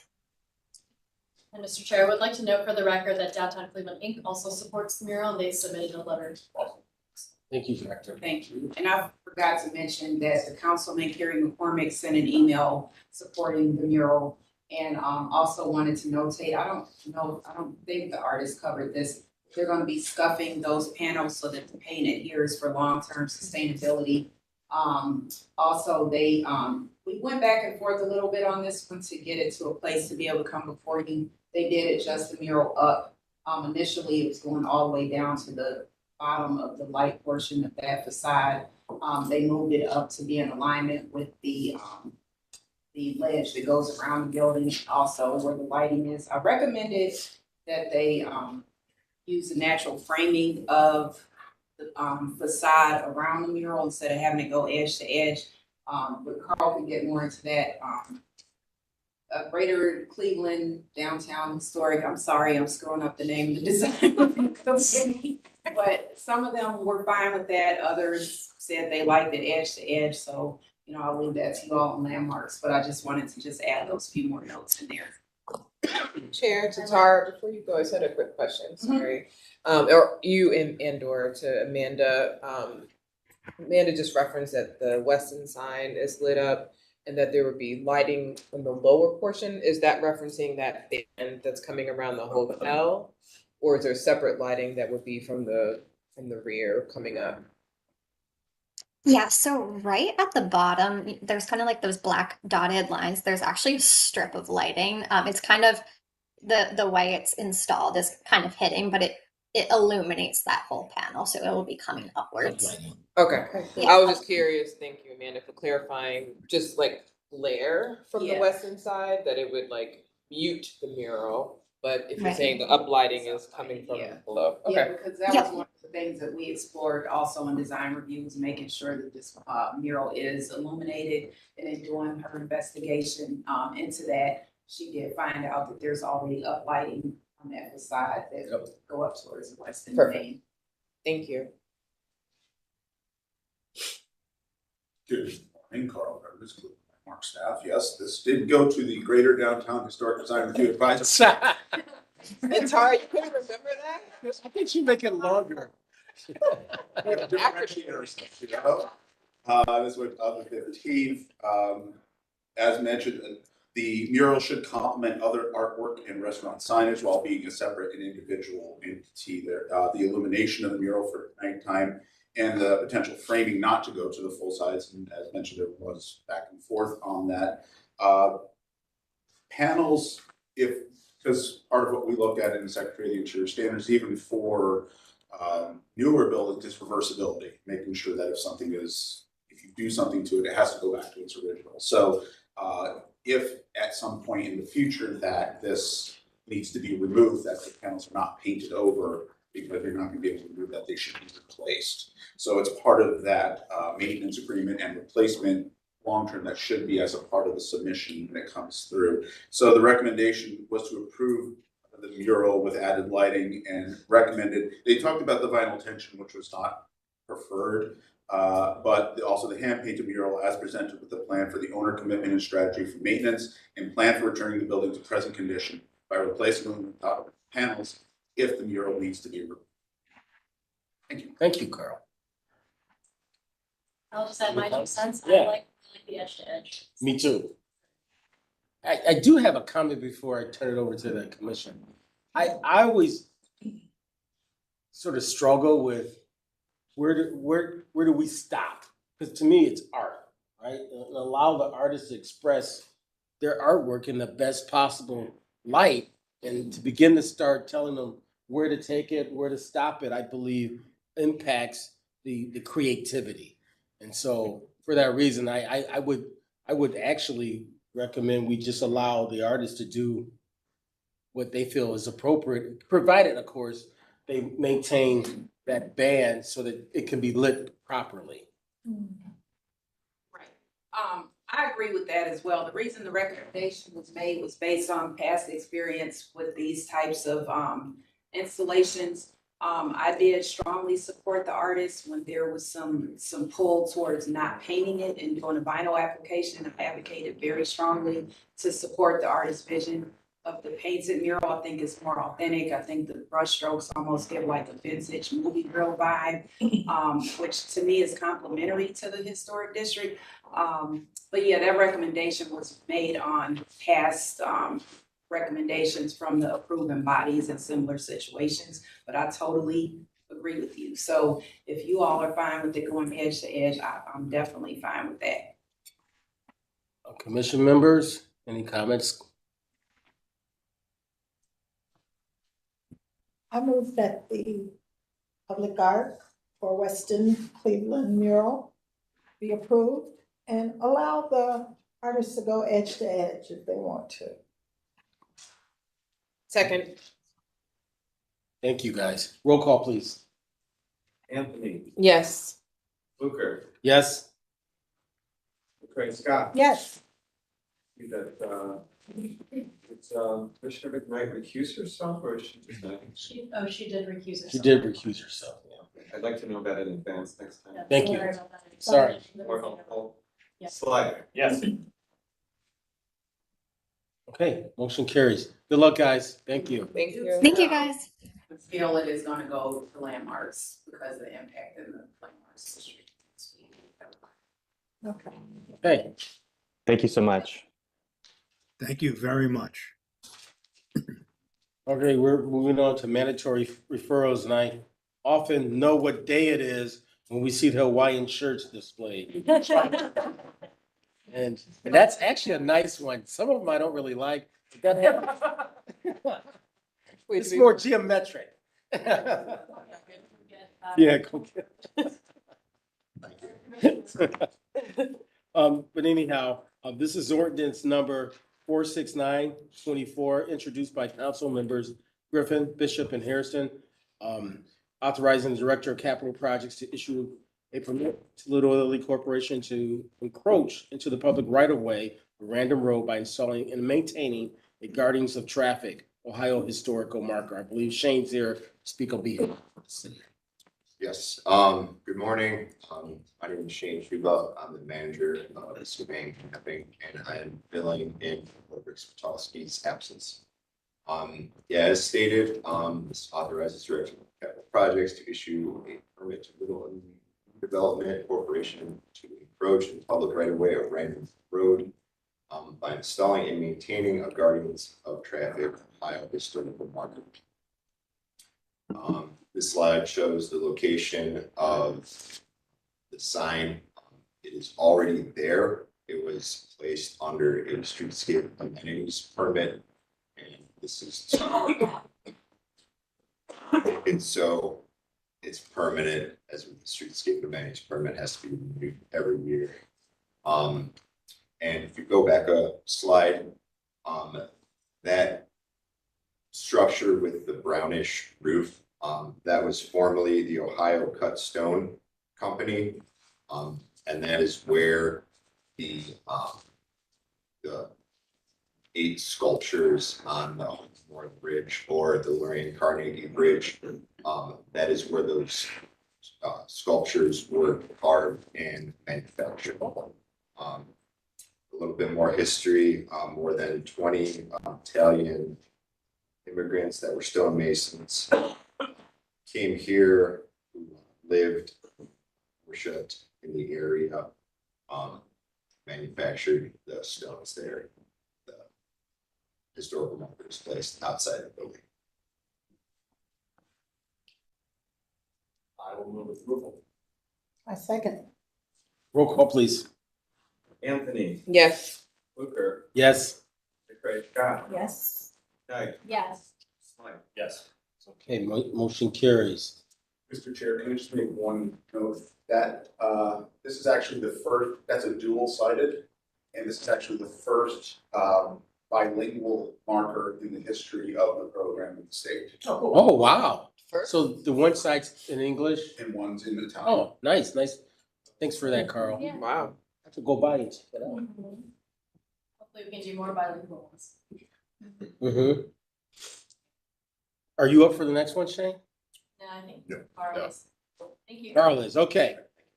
Next on the docket under mandatory referrals is ordinance number 47224, introduced by council members Starr, designating First Hungarian Reformed Stone Church, AKA Second New Hope Baptist Church, as a Cleveland landmark. And we have Carl here on behalf of the city. Thank you. Carl Bundes, Cleveland Landmark staff. This is located in Ward 5. The history of a place isn't always obvious.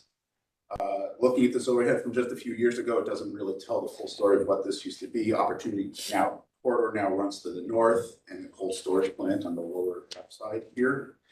However, once upon a time, this was a thriving residential and commercial area. An estimated 1 million Hungarians came to America during the Great Migration between 1870 and 1920. In 1900, there were over 9,500 Hungarians in Cleveland, and by the 1920 census, it showed that there was more than 42,000 people saying they were born in Hungary. A distinct neighborhood came into being during the mid-1880s. The Hungarians settled around Madison Street, now East 79th and Woodland Avenue from 65th Street onward. Streets were a particularly heavy concentration of Hungarian residents, including Bismarck, Rawlings, and Holton. And the neighborhood developed near several major factories on the southeast side of Cleveland. We're noting tremendous growth in the area in just under 2 decades. Cleveland was the first location of several Hungarian church denominations in North America. The First Hungarian Reformed Church in 1891, St. Elizabeth's Roman Catholic in 1892, St. John's Greek Catholic Church also in 1892. The Trinity Reformed Church, established in 1891, is the first Hungarian congregation in the United States of all Hungarian congregations. So it has significance nationally as well. And we have our timeline of when the first church was built there, and then in 1896 they merged with the Reformed Church of Hungary. The wooden church was dedicated on November 25th, 1894. With the growth in the neighborhood, a larger church was needed in less than a decade, and the wooden church was raised. Here we see the cornerstone laying ceremony for the stone church. 1903, construction begins, and it was dedicated the following year. And here's the site. It is Cleveland architect Paul Matzinger, who he is an architect of numerous churches, apartment buildings, terraces throughout Cleveland. There are many examples of these buildings as contributing or individually designated as landmarks throughout the city. This is the photo of the day of the dedication. Throughout the years, they've used the church, culturally significant, dress, great scenes. They also give us clues as to what the windows used to look like. So when there's restoration, we have an idea of which way to go. In 1916, there was a silver anniversary. The congregation purchased property up the hill on Buckeye and East 123rd because many of their members were moving up that way. So it started seeing migration to the upper Buckeye area. They purchased the 1 acre land at the East Boulevard and Buckeye Road location, and then they began their construction on Bethlehem Hall, shown here. And then groundbreaking on the new church in 1948, 1949 to dedicate the stone church. That's that one. That is a designated Cleveland landmark. And that was designated in 1977, so it's one of our oldest ones. When the Hungarian congregation moved out, Second New Hope Baptist Church moved in. They were formed right around 1924 as the New Hope Chorus. And when they merged with Nariah Baptist Church, they became the Second New Hope Baptist Church. November 1943, this is when they moved into the stone church.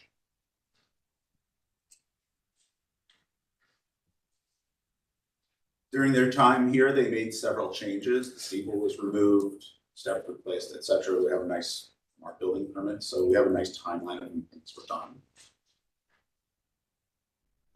They also changed the window openings. This is from the 1980s. This was actually nominated as a landmark back in 1987. We have all of our timeline, and did all that stuff. Back then, nominations used to have to go to the finance committee as well. They no longer have to do so, just as a matter of process. But our records are silent as to why the designation stopped at this point. Goes away, nothing in our files, unfortunately. Eventually, that ordinance was tabled, which effectively ends the designation process. It was sold to New Community Church when Second New Hope moved to its new location. Could not find anything on this church. It's almost like they that didn't exist. Another nomination letter was sent in 2002, nothing happened. At some point they left, went into forfeiture, and then into county land bank in 2018. In 2018, it actually was acquired by Burton Bell Carr as part of the Opportunity Corridor project and was proposed for demolition. My colleagues in city planning asked me to come to the meeting to discuss this, and there was a lengthy discussion, and it was tabled. You all never saw it here because there was more things about salvage and all the different plans that we look at for demolition of structures. And in the ensuing years, that's been going on. So 6 to 8 weeks became now 6 years, which is nice. There's 3 parcels that are here. Burton Bell Carr is actively trying to obtain the parcel to the north of the church because that's the access drive that goes around to the back. And then you have an RTA station just to the south of this. As a part of our looking at reuse of it, city planning staff and I, we worked together on a potential alternate plan for the site, showing that something could be done with this as an adaptive reuse project. Here's the zoning that was approved in 2021. It is limited retail. I took these photos in 2019. The condition has not changed since then. There's a temporary roof on it to help with rain not going in. There had been dumping on the property in the past. That's where the old school building was located. The building generally maintains its integrity. The non-conforming addition is a candidate for removal. The interior space. We are seeing more and more churches being reused as restaurants and other things. So Burton Bell Carr had mentioned that they would use this. They're going for tax credits potentially and for reuse for job creation. And since something like a retail dinner space would be good with all the other items over there for big workers that are now in that area. So that might spur other development along this. Here's the view from the RTA station, which I believe this is being reviewed here as well as here a few Already months. discussed. Yeah. It was the really nice modern one. And at this time, this is all I have for you. Thank you. Is anyone here to speak on behalf of Burton Bell Carr? I assume they're in support of it. Okay. Commission members, any comments? No? I'm glad it was. I think it's perfect size, not too large. You could probably do a new market tax credits and a historic tax credit.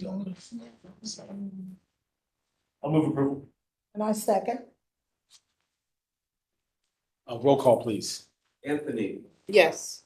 Hooker, Yes. McCray, Scott, Yes. McKnight, Yes. Slide. Yes. Carl, as always, I love your storytelling. Well, I've got another one for you.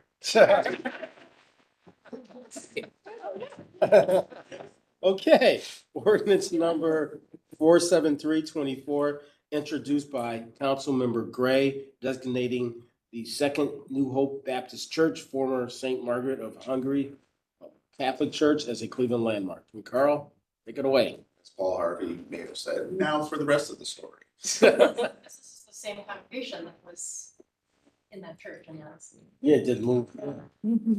So this is located in Ward 4. It is on the east side of East 116th Street, just south of Buckeye Road. In 1917, March 24th, members of the St. Elizabeth Church met to form a ladies and men's sick benefit and death benefit lodge. The purpose was to form a new church and school in the upper Buckeye neighborhood. Walking was still the main means of transportation at this time, and the 30 to 45-minute trek to St. Elizabeth was difficult for some. In 1918, they received permission from the diocese to purchase 9 lots, and later the site of the old Newburgh City Hall, which had been annexed in 1913. In 1919, the first mass was held at the chapel of the St. Mary Orphanage. Then you have your first wood church that was built, and then in 1927, a new era of expansion became under Alexander Kohler, who was, due to his work in immigration, became known as the father of all Hungarian immigrants. Eventually, when he came in, the old church, there was a rec hall and a rectory, all needed repairs, and then the ceiling collapsed in the church. Architect Antonio DiNardo was an Italian immigrant. He attended the University of Pennsylvania and Beaux-Arts Institute in Philadelphia. After working in Philadelphia, he moved to New York to work in the office of Arl Brunner, who was a part of the Cleveland Route Plan Commission. It is noted in the Encyclopedia of Cleveland History that DiNardo, while working for Brunner, designed a building for the north end of the mall, which is possibly the earliest concept of what would become Terminal Tower. DiNardo came to Cleveland in 1921 and worked for the firm of Hubel and Dennis before creating his own firm with William Cole, and then he would strike out on his own. He designed a number of residences, churches, and the transportation building for the Great Lakes Exposition. His wife, Alida, was an interior decorator. This photo here is from their 1922 passport. They shared passports back in the day. And then here's one of his local ones in Barberton, St. Augustine Church. The dedication of the church was on October 26, 1930. The parochial school enrolled 500 students. Over the next 2 decades, the parish would grow, and in 1948 reached its peak of 4,000 members. Although a new parish house was constructed in 1953, the trend of parishioners moving to the suburbs had already begun. Pastor Kohler retired in 1965, and the old rectory was raised for parking. By 1973, membership was down to 1,700, with about 45% living in suburbs. School enrollment also declined in the 1970s, and by the late 1980s, membership was down to 329 families. Finally, in 1989, it became time to move. After the final mass on August 13th, the altar was dismantled, stained glass removed, and the church sold to Second New Hope Baptist Church. St. Margaret's reestablished their new church on the grounds of the Divine Redeemer home in Orange Hills. In September 1993, the new St. Margaret of Hungary Church and Community Center was dedicated. However, their time there would be short-lived. St. Margaret of Hungary was one of the 29 parishes ordered to close by June 30th, 2010 by the Cleveland Diocese. They closed in 2009. I was approached about designation of the building by Michelle Abernathy, who noted the congregation was celebrating 100 years. When I began my research, I found some discrepancies in the information that was given to me, which raised additional questions. So we, even though we have stuff documented, we still do additional research because we need to vet stuff. Since the early church records are silent to the origins of the congregation, had to piece some things based upon any available information. And while there are a number of facts that they gave me that did line up, oral history has likely embellished some facts, as does happen. The earliest reference I can find was for the 24th anniversary of the church, it was organized in October of 1924 with Reverend David Calvert as the first pastor. It was originally a small group of singers known as the New London Chorus. Additionally, they were thought to have been in a storefront in East 86th and Quincy Avenue, and this is where our information differs. So based upon what I've been able to put together and talking with the congregation members, this is our best guess on everything that's correct. So using the Cleveland City directories, New Hope Baptist Church appears 2 years earlier than expected. And while it does disappear and reappear in 1925, it lines up with David C. Calvert. So there's that connection with that address at the same place. So they may be 2 years earlier than they thought. So to complicate matters, a New Home Baptist Church was also listed. So it's interesting to see all this stuff, and they're only a few blocks away on Orange Avenue. The following year, New Hope Baptist Church moved to 5705 Althwaite Avenue. Pastor Calvert was the linking information here. New Home got a new home on East 55th Street. And then there was another New Hope Baptist Church listed in the old address as the first. Calvert's pastorate ended in 1927, and Reverend Shaw was called for 6 months. When we removed the frame from this picture shown, we found Pastor Shaw's name, which allows us to date it from 1927 to 28. 5705 Althwaite was built as the first Scandinavian Lutheran church dating to 1907. They sold the building to Nusak Ari congregation in 1915. And then Nusak Ari must have rented or shared the building with New Hope Baptist Church from late 1925 through 1929. Nuash sold the building to Bethel Missionary Baptist Church in 1929, and one of the earlier moves of a Jewish congregation out to Warrensville area. Normally our track goes from downtown to Glenville and then out. This is one that went from the alleyway straight out, which is going to be interesting to research a little bit further, as well as migration patterns. The same year, in 1929, New Hope Baptist Church merged with Nariah Baptist Church, and now this is where it becomes Second New Hope Baptist Church. Reverend Lloyd Mitchell was the pastor of Nariah at the merger, but left in 1932, and Reverend Percy Herod began. During Herod's pastorate, the congregation moved to East 63rd into a converted barn. And then Reverend George Allen became a stabilizing force for the congregation. There are differing accounts as to when he started, but it was likely by 1937. And under his leadership, Second New Hope started banking money collected on the third Sunday of the month for a new church. In 1940, they were able to purchase a piece of property on Woodland Avenue with the intent to build new. However, plans changed when the property on East 79th became available. As we just referencing now, all comes together. First, Hungarian Reformed Priest was moving to the new church on the Upper Buckeye neighborhood. The asking price was $24,000, or about $431,000 today. On November 7th, the congregation marched from East 63rd to their new home. 1 year later, the mortgage was burned. For nearly 50 years, this would be their home. Pastor Allen served the church until his passing in 1975. In 1976, Reverend George Quincy Brown was called to be the pastor. Under his leadership, the church began broadcasting a weekly radio program called the Reclamation Hour every Sunday. Members were involved in numerous neighborhood organizations and served on local, state, and national levels of Baptist organizations. The congregation grew, and a new home was needed once again. On September 24th, 1989, the congregation marched once again to a new home. Since that time, they've continued their community work in the Upper Buckeye neighborhood. Our historic structure is more than just brick and mortar. They're the people that give them life, create memories, and cultivate significance. This property's significance lies in its association with the broad patterns of Cleveland's history, from immigration to movement of ethnic cultures throughout our neighborhoods. The building maintains its integrity with minor changes to the steeple roof and the removal of stained glass windows. You have interiors, and it maintains a lot of its original interior features as well. I was able to contact the Cleveland Diocese about potentially reacquiring the stained glass windows. However, they were removed from the second location and they have been mostly sold. So I tried. So there's that. So here's our criteria for designation, and it would be a great thing. The church asked us for this, so yes, please.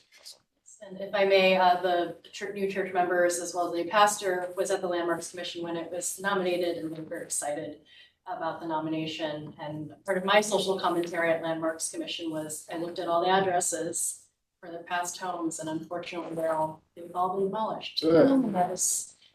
East side, kind of the lasting legacies of the divestment that happened. And so this is our opportunity to continue landmarking, saving structures where we can, because of the historical, cultural, racial significance of our city. So social. Members? I move for approval.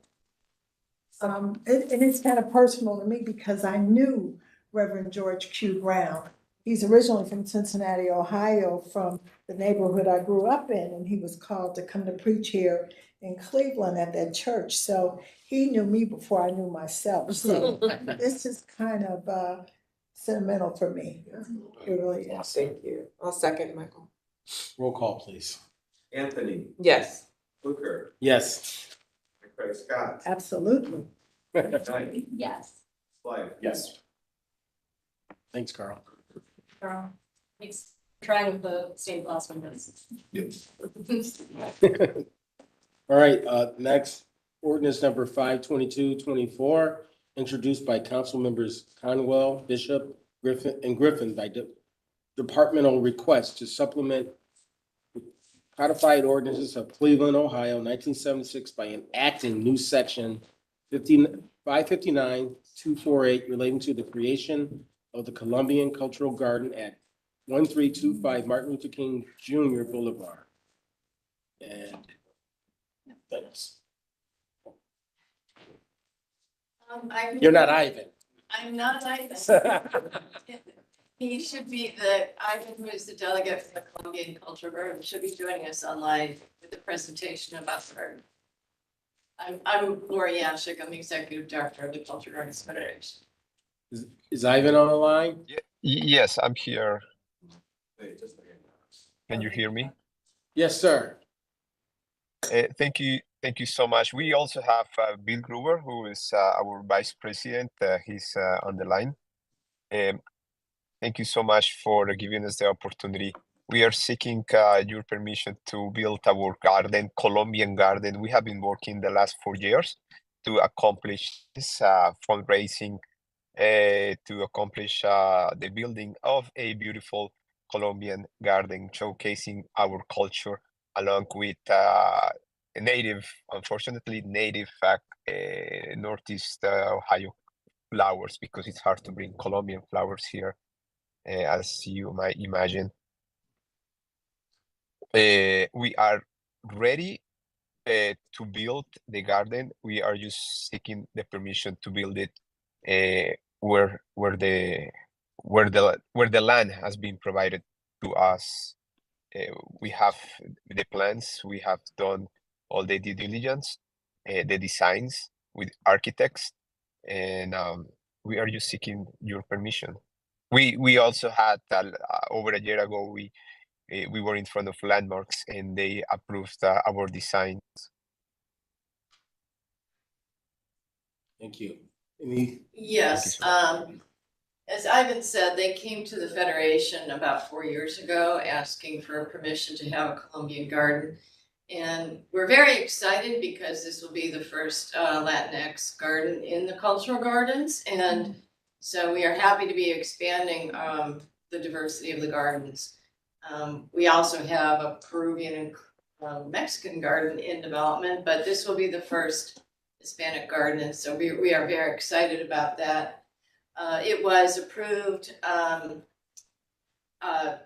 the condition that it was approved conditionally, the lot, shortly after they were approved as a member of the cultural gardens.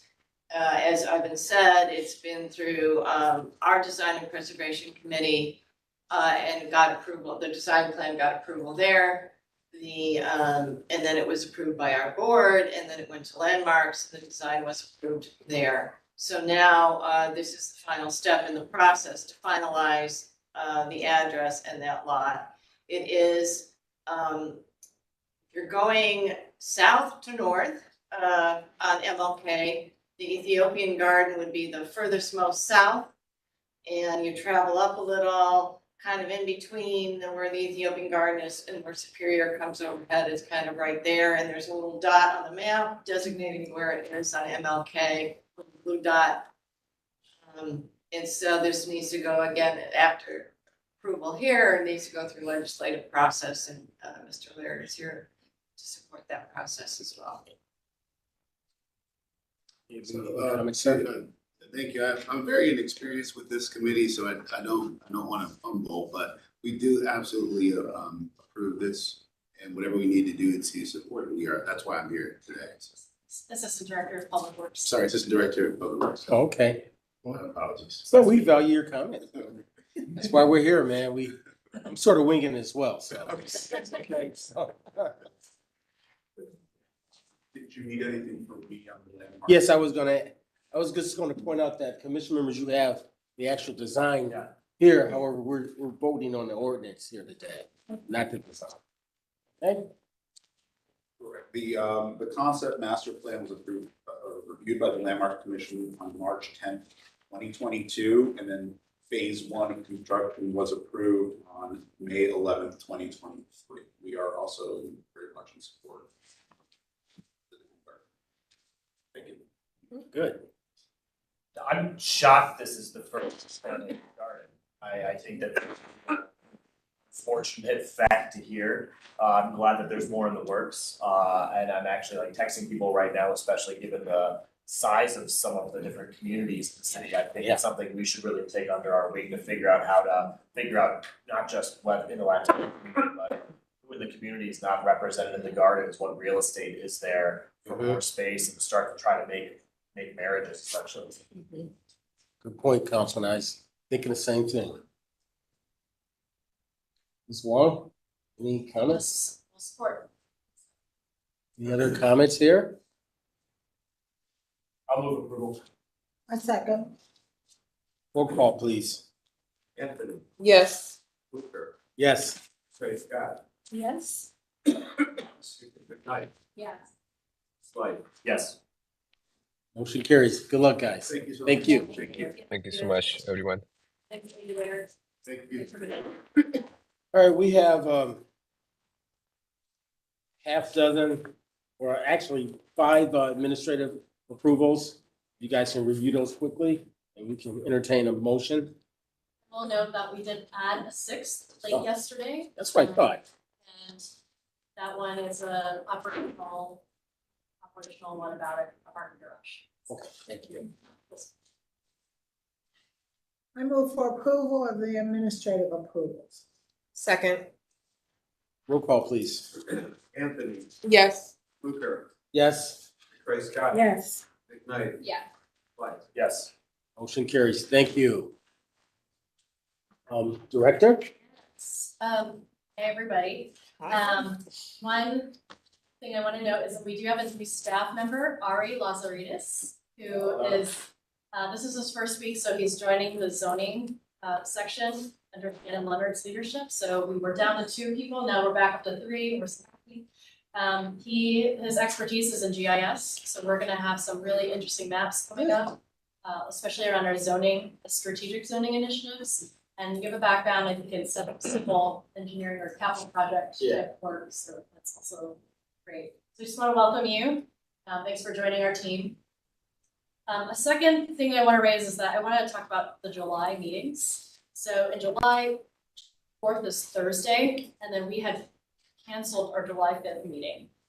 However, there are several major projects that are coming through that may require 2 meetings in July, not just 1. So right now, we canceled July 5th, we're on for July 19th. 2 options for you, so if you want to pull out your calendars. The first option is, would you rather meet on Friday, July 12th and Friday, July 26th? Would you rather meet on July 12th and then July 19th as originally planned? That's back to back. Our request is that we would add that so that we wouldn't hold up any. Could you repeat that? What goes with the 26th again? Yeah, July 12th. And 26th? Yeah. That's cool. Or July 12th and 19th. Back to back. Hold on, Denise, would you say? 12th and 19th. 12th and 19th. Yeah, that would be better for me. 12th and 19th. 12th and 26th works, but I'm gonna be out of town on it. Anyone else? Don't let Anyone me- else? I have something on the 12th, but it's far enough out. I should be able to move it. Okay. I'm indifferent. Okay. So You indifferent? what I'm hearing is we're good with 2. We'll just need to Okay. pick the dates Yes. and we'll send And them. we'll figure it out. We'll figure it out. I could do it virtually. I'll just be. out of town. Yeah, sure. Sounds great. Okay. So thank you so much for that. Adding one back in, to our regular number of meetings. And then just some housekeeping. We do have the Mayor's Harvest for Hunger campaign, which is a part of raising money. 1 out of 6 children are food insecure. And we're in the process of finalizing our last $200 for the department. All boards and commission members are welcome to participate, and we have pledge cards for you if you would like to sign up. The other thing is that we do have HR policy acknowledgement forms that we need you to sign. I know some of you sent them in virtually, but we need you to physically sign them. So I'll grab the forms when we're doing our checkout thing to make sure that you sign them. And it's simply saying, I acknowledge that I've received the HR policies and email. If you have any questions about those, you're welcome to ask me about it. It's around anti-discrimination, sexual harassment, workplace violence. So because your employees should be aware of those policies and feel that you are safe here in City Hall. That's the biggest thing. And then finally, I do want to bring to your attention that the staff have been working on some criteria and plan adoption. And so we want to bring forward to you maybe in the next time or another time, just information about what we've been working on and get your feedback on some of that criteria. So that'll help this body determine the plan adoption process. Thoughts, comments, questions? May I mention something? Yeah. We finally are on we're on the docket for form-based code committee meeting next Tuesday. Yay. That's correct. I've been asked or been requested to speak on behalf of planning, but that doesn't exempt people from showing up. I think it's vitally important we get this through for a lot of reasons, but notwithstanding the fact that we need to get our code straightened out. And there's no perfection in life, but this is a far cry better than what we have currently. And we need to make sure that gets done. So any support. Ring your council folks or. You said what- Tuesday. At 8:30. 8:30. So Thank you. you'll probably be there. I'm actually not on that committee, so I Oh. don't know it off the top of my head. I go when I need to. I can go. Can I you probably come? go. It'd be great for you to come. So. Alrighty, thank you. Thanks, Director. Yes, thank you. Thank you very much, Chair Fluger, for being there, representing the planning commission. You have to adjourn us. Oh, meeting adjourned. Told you, I'm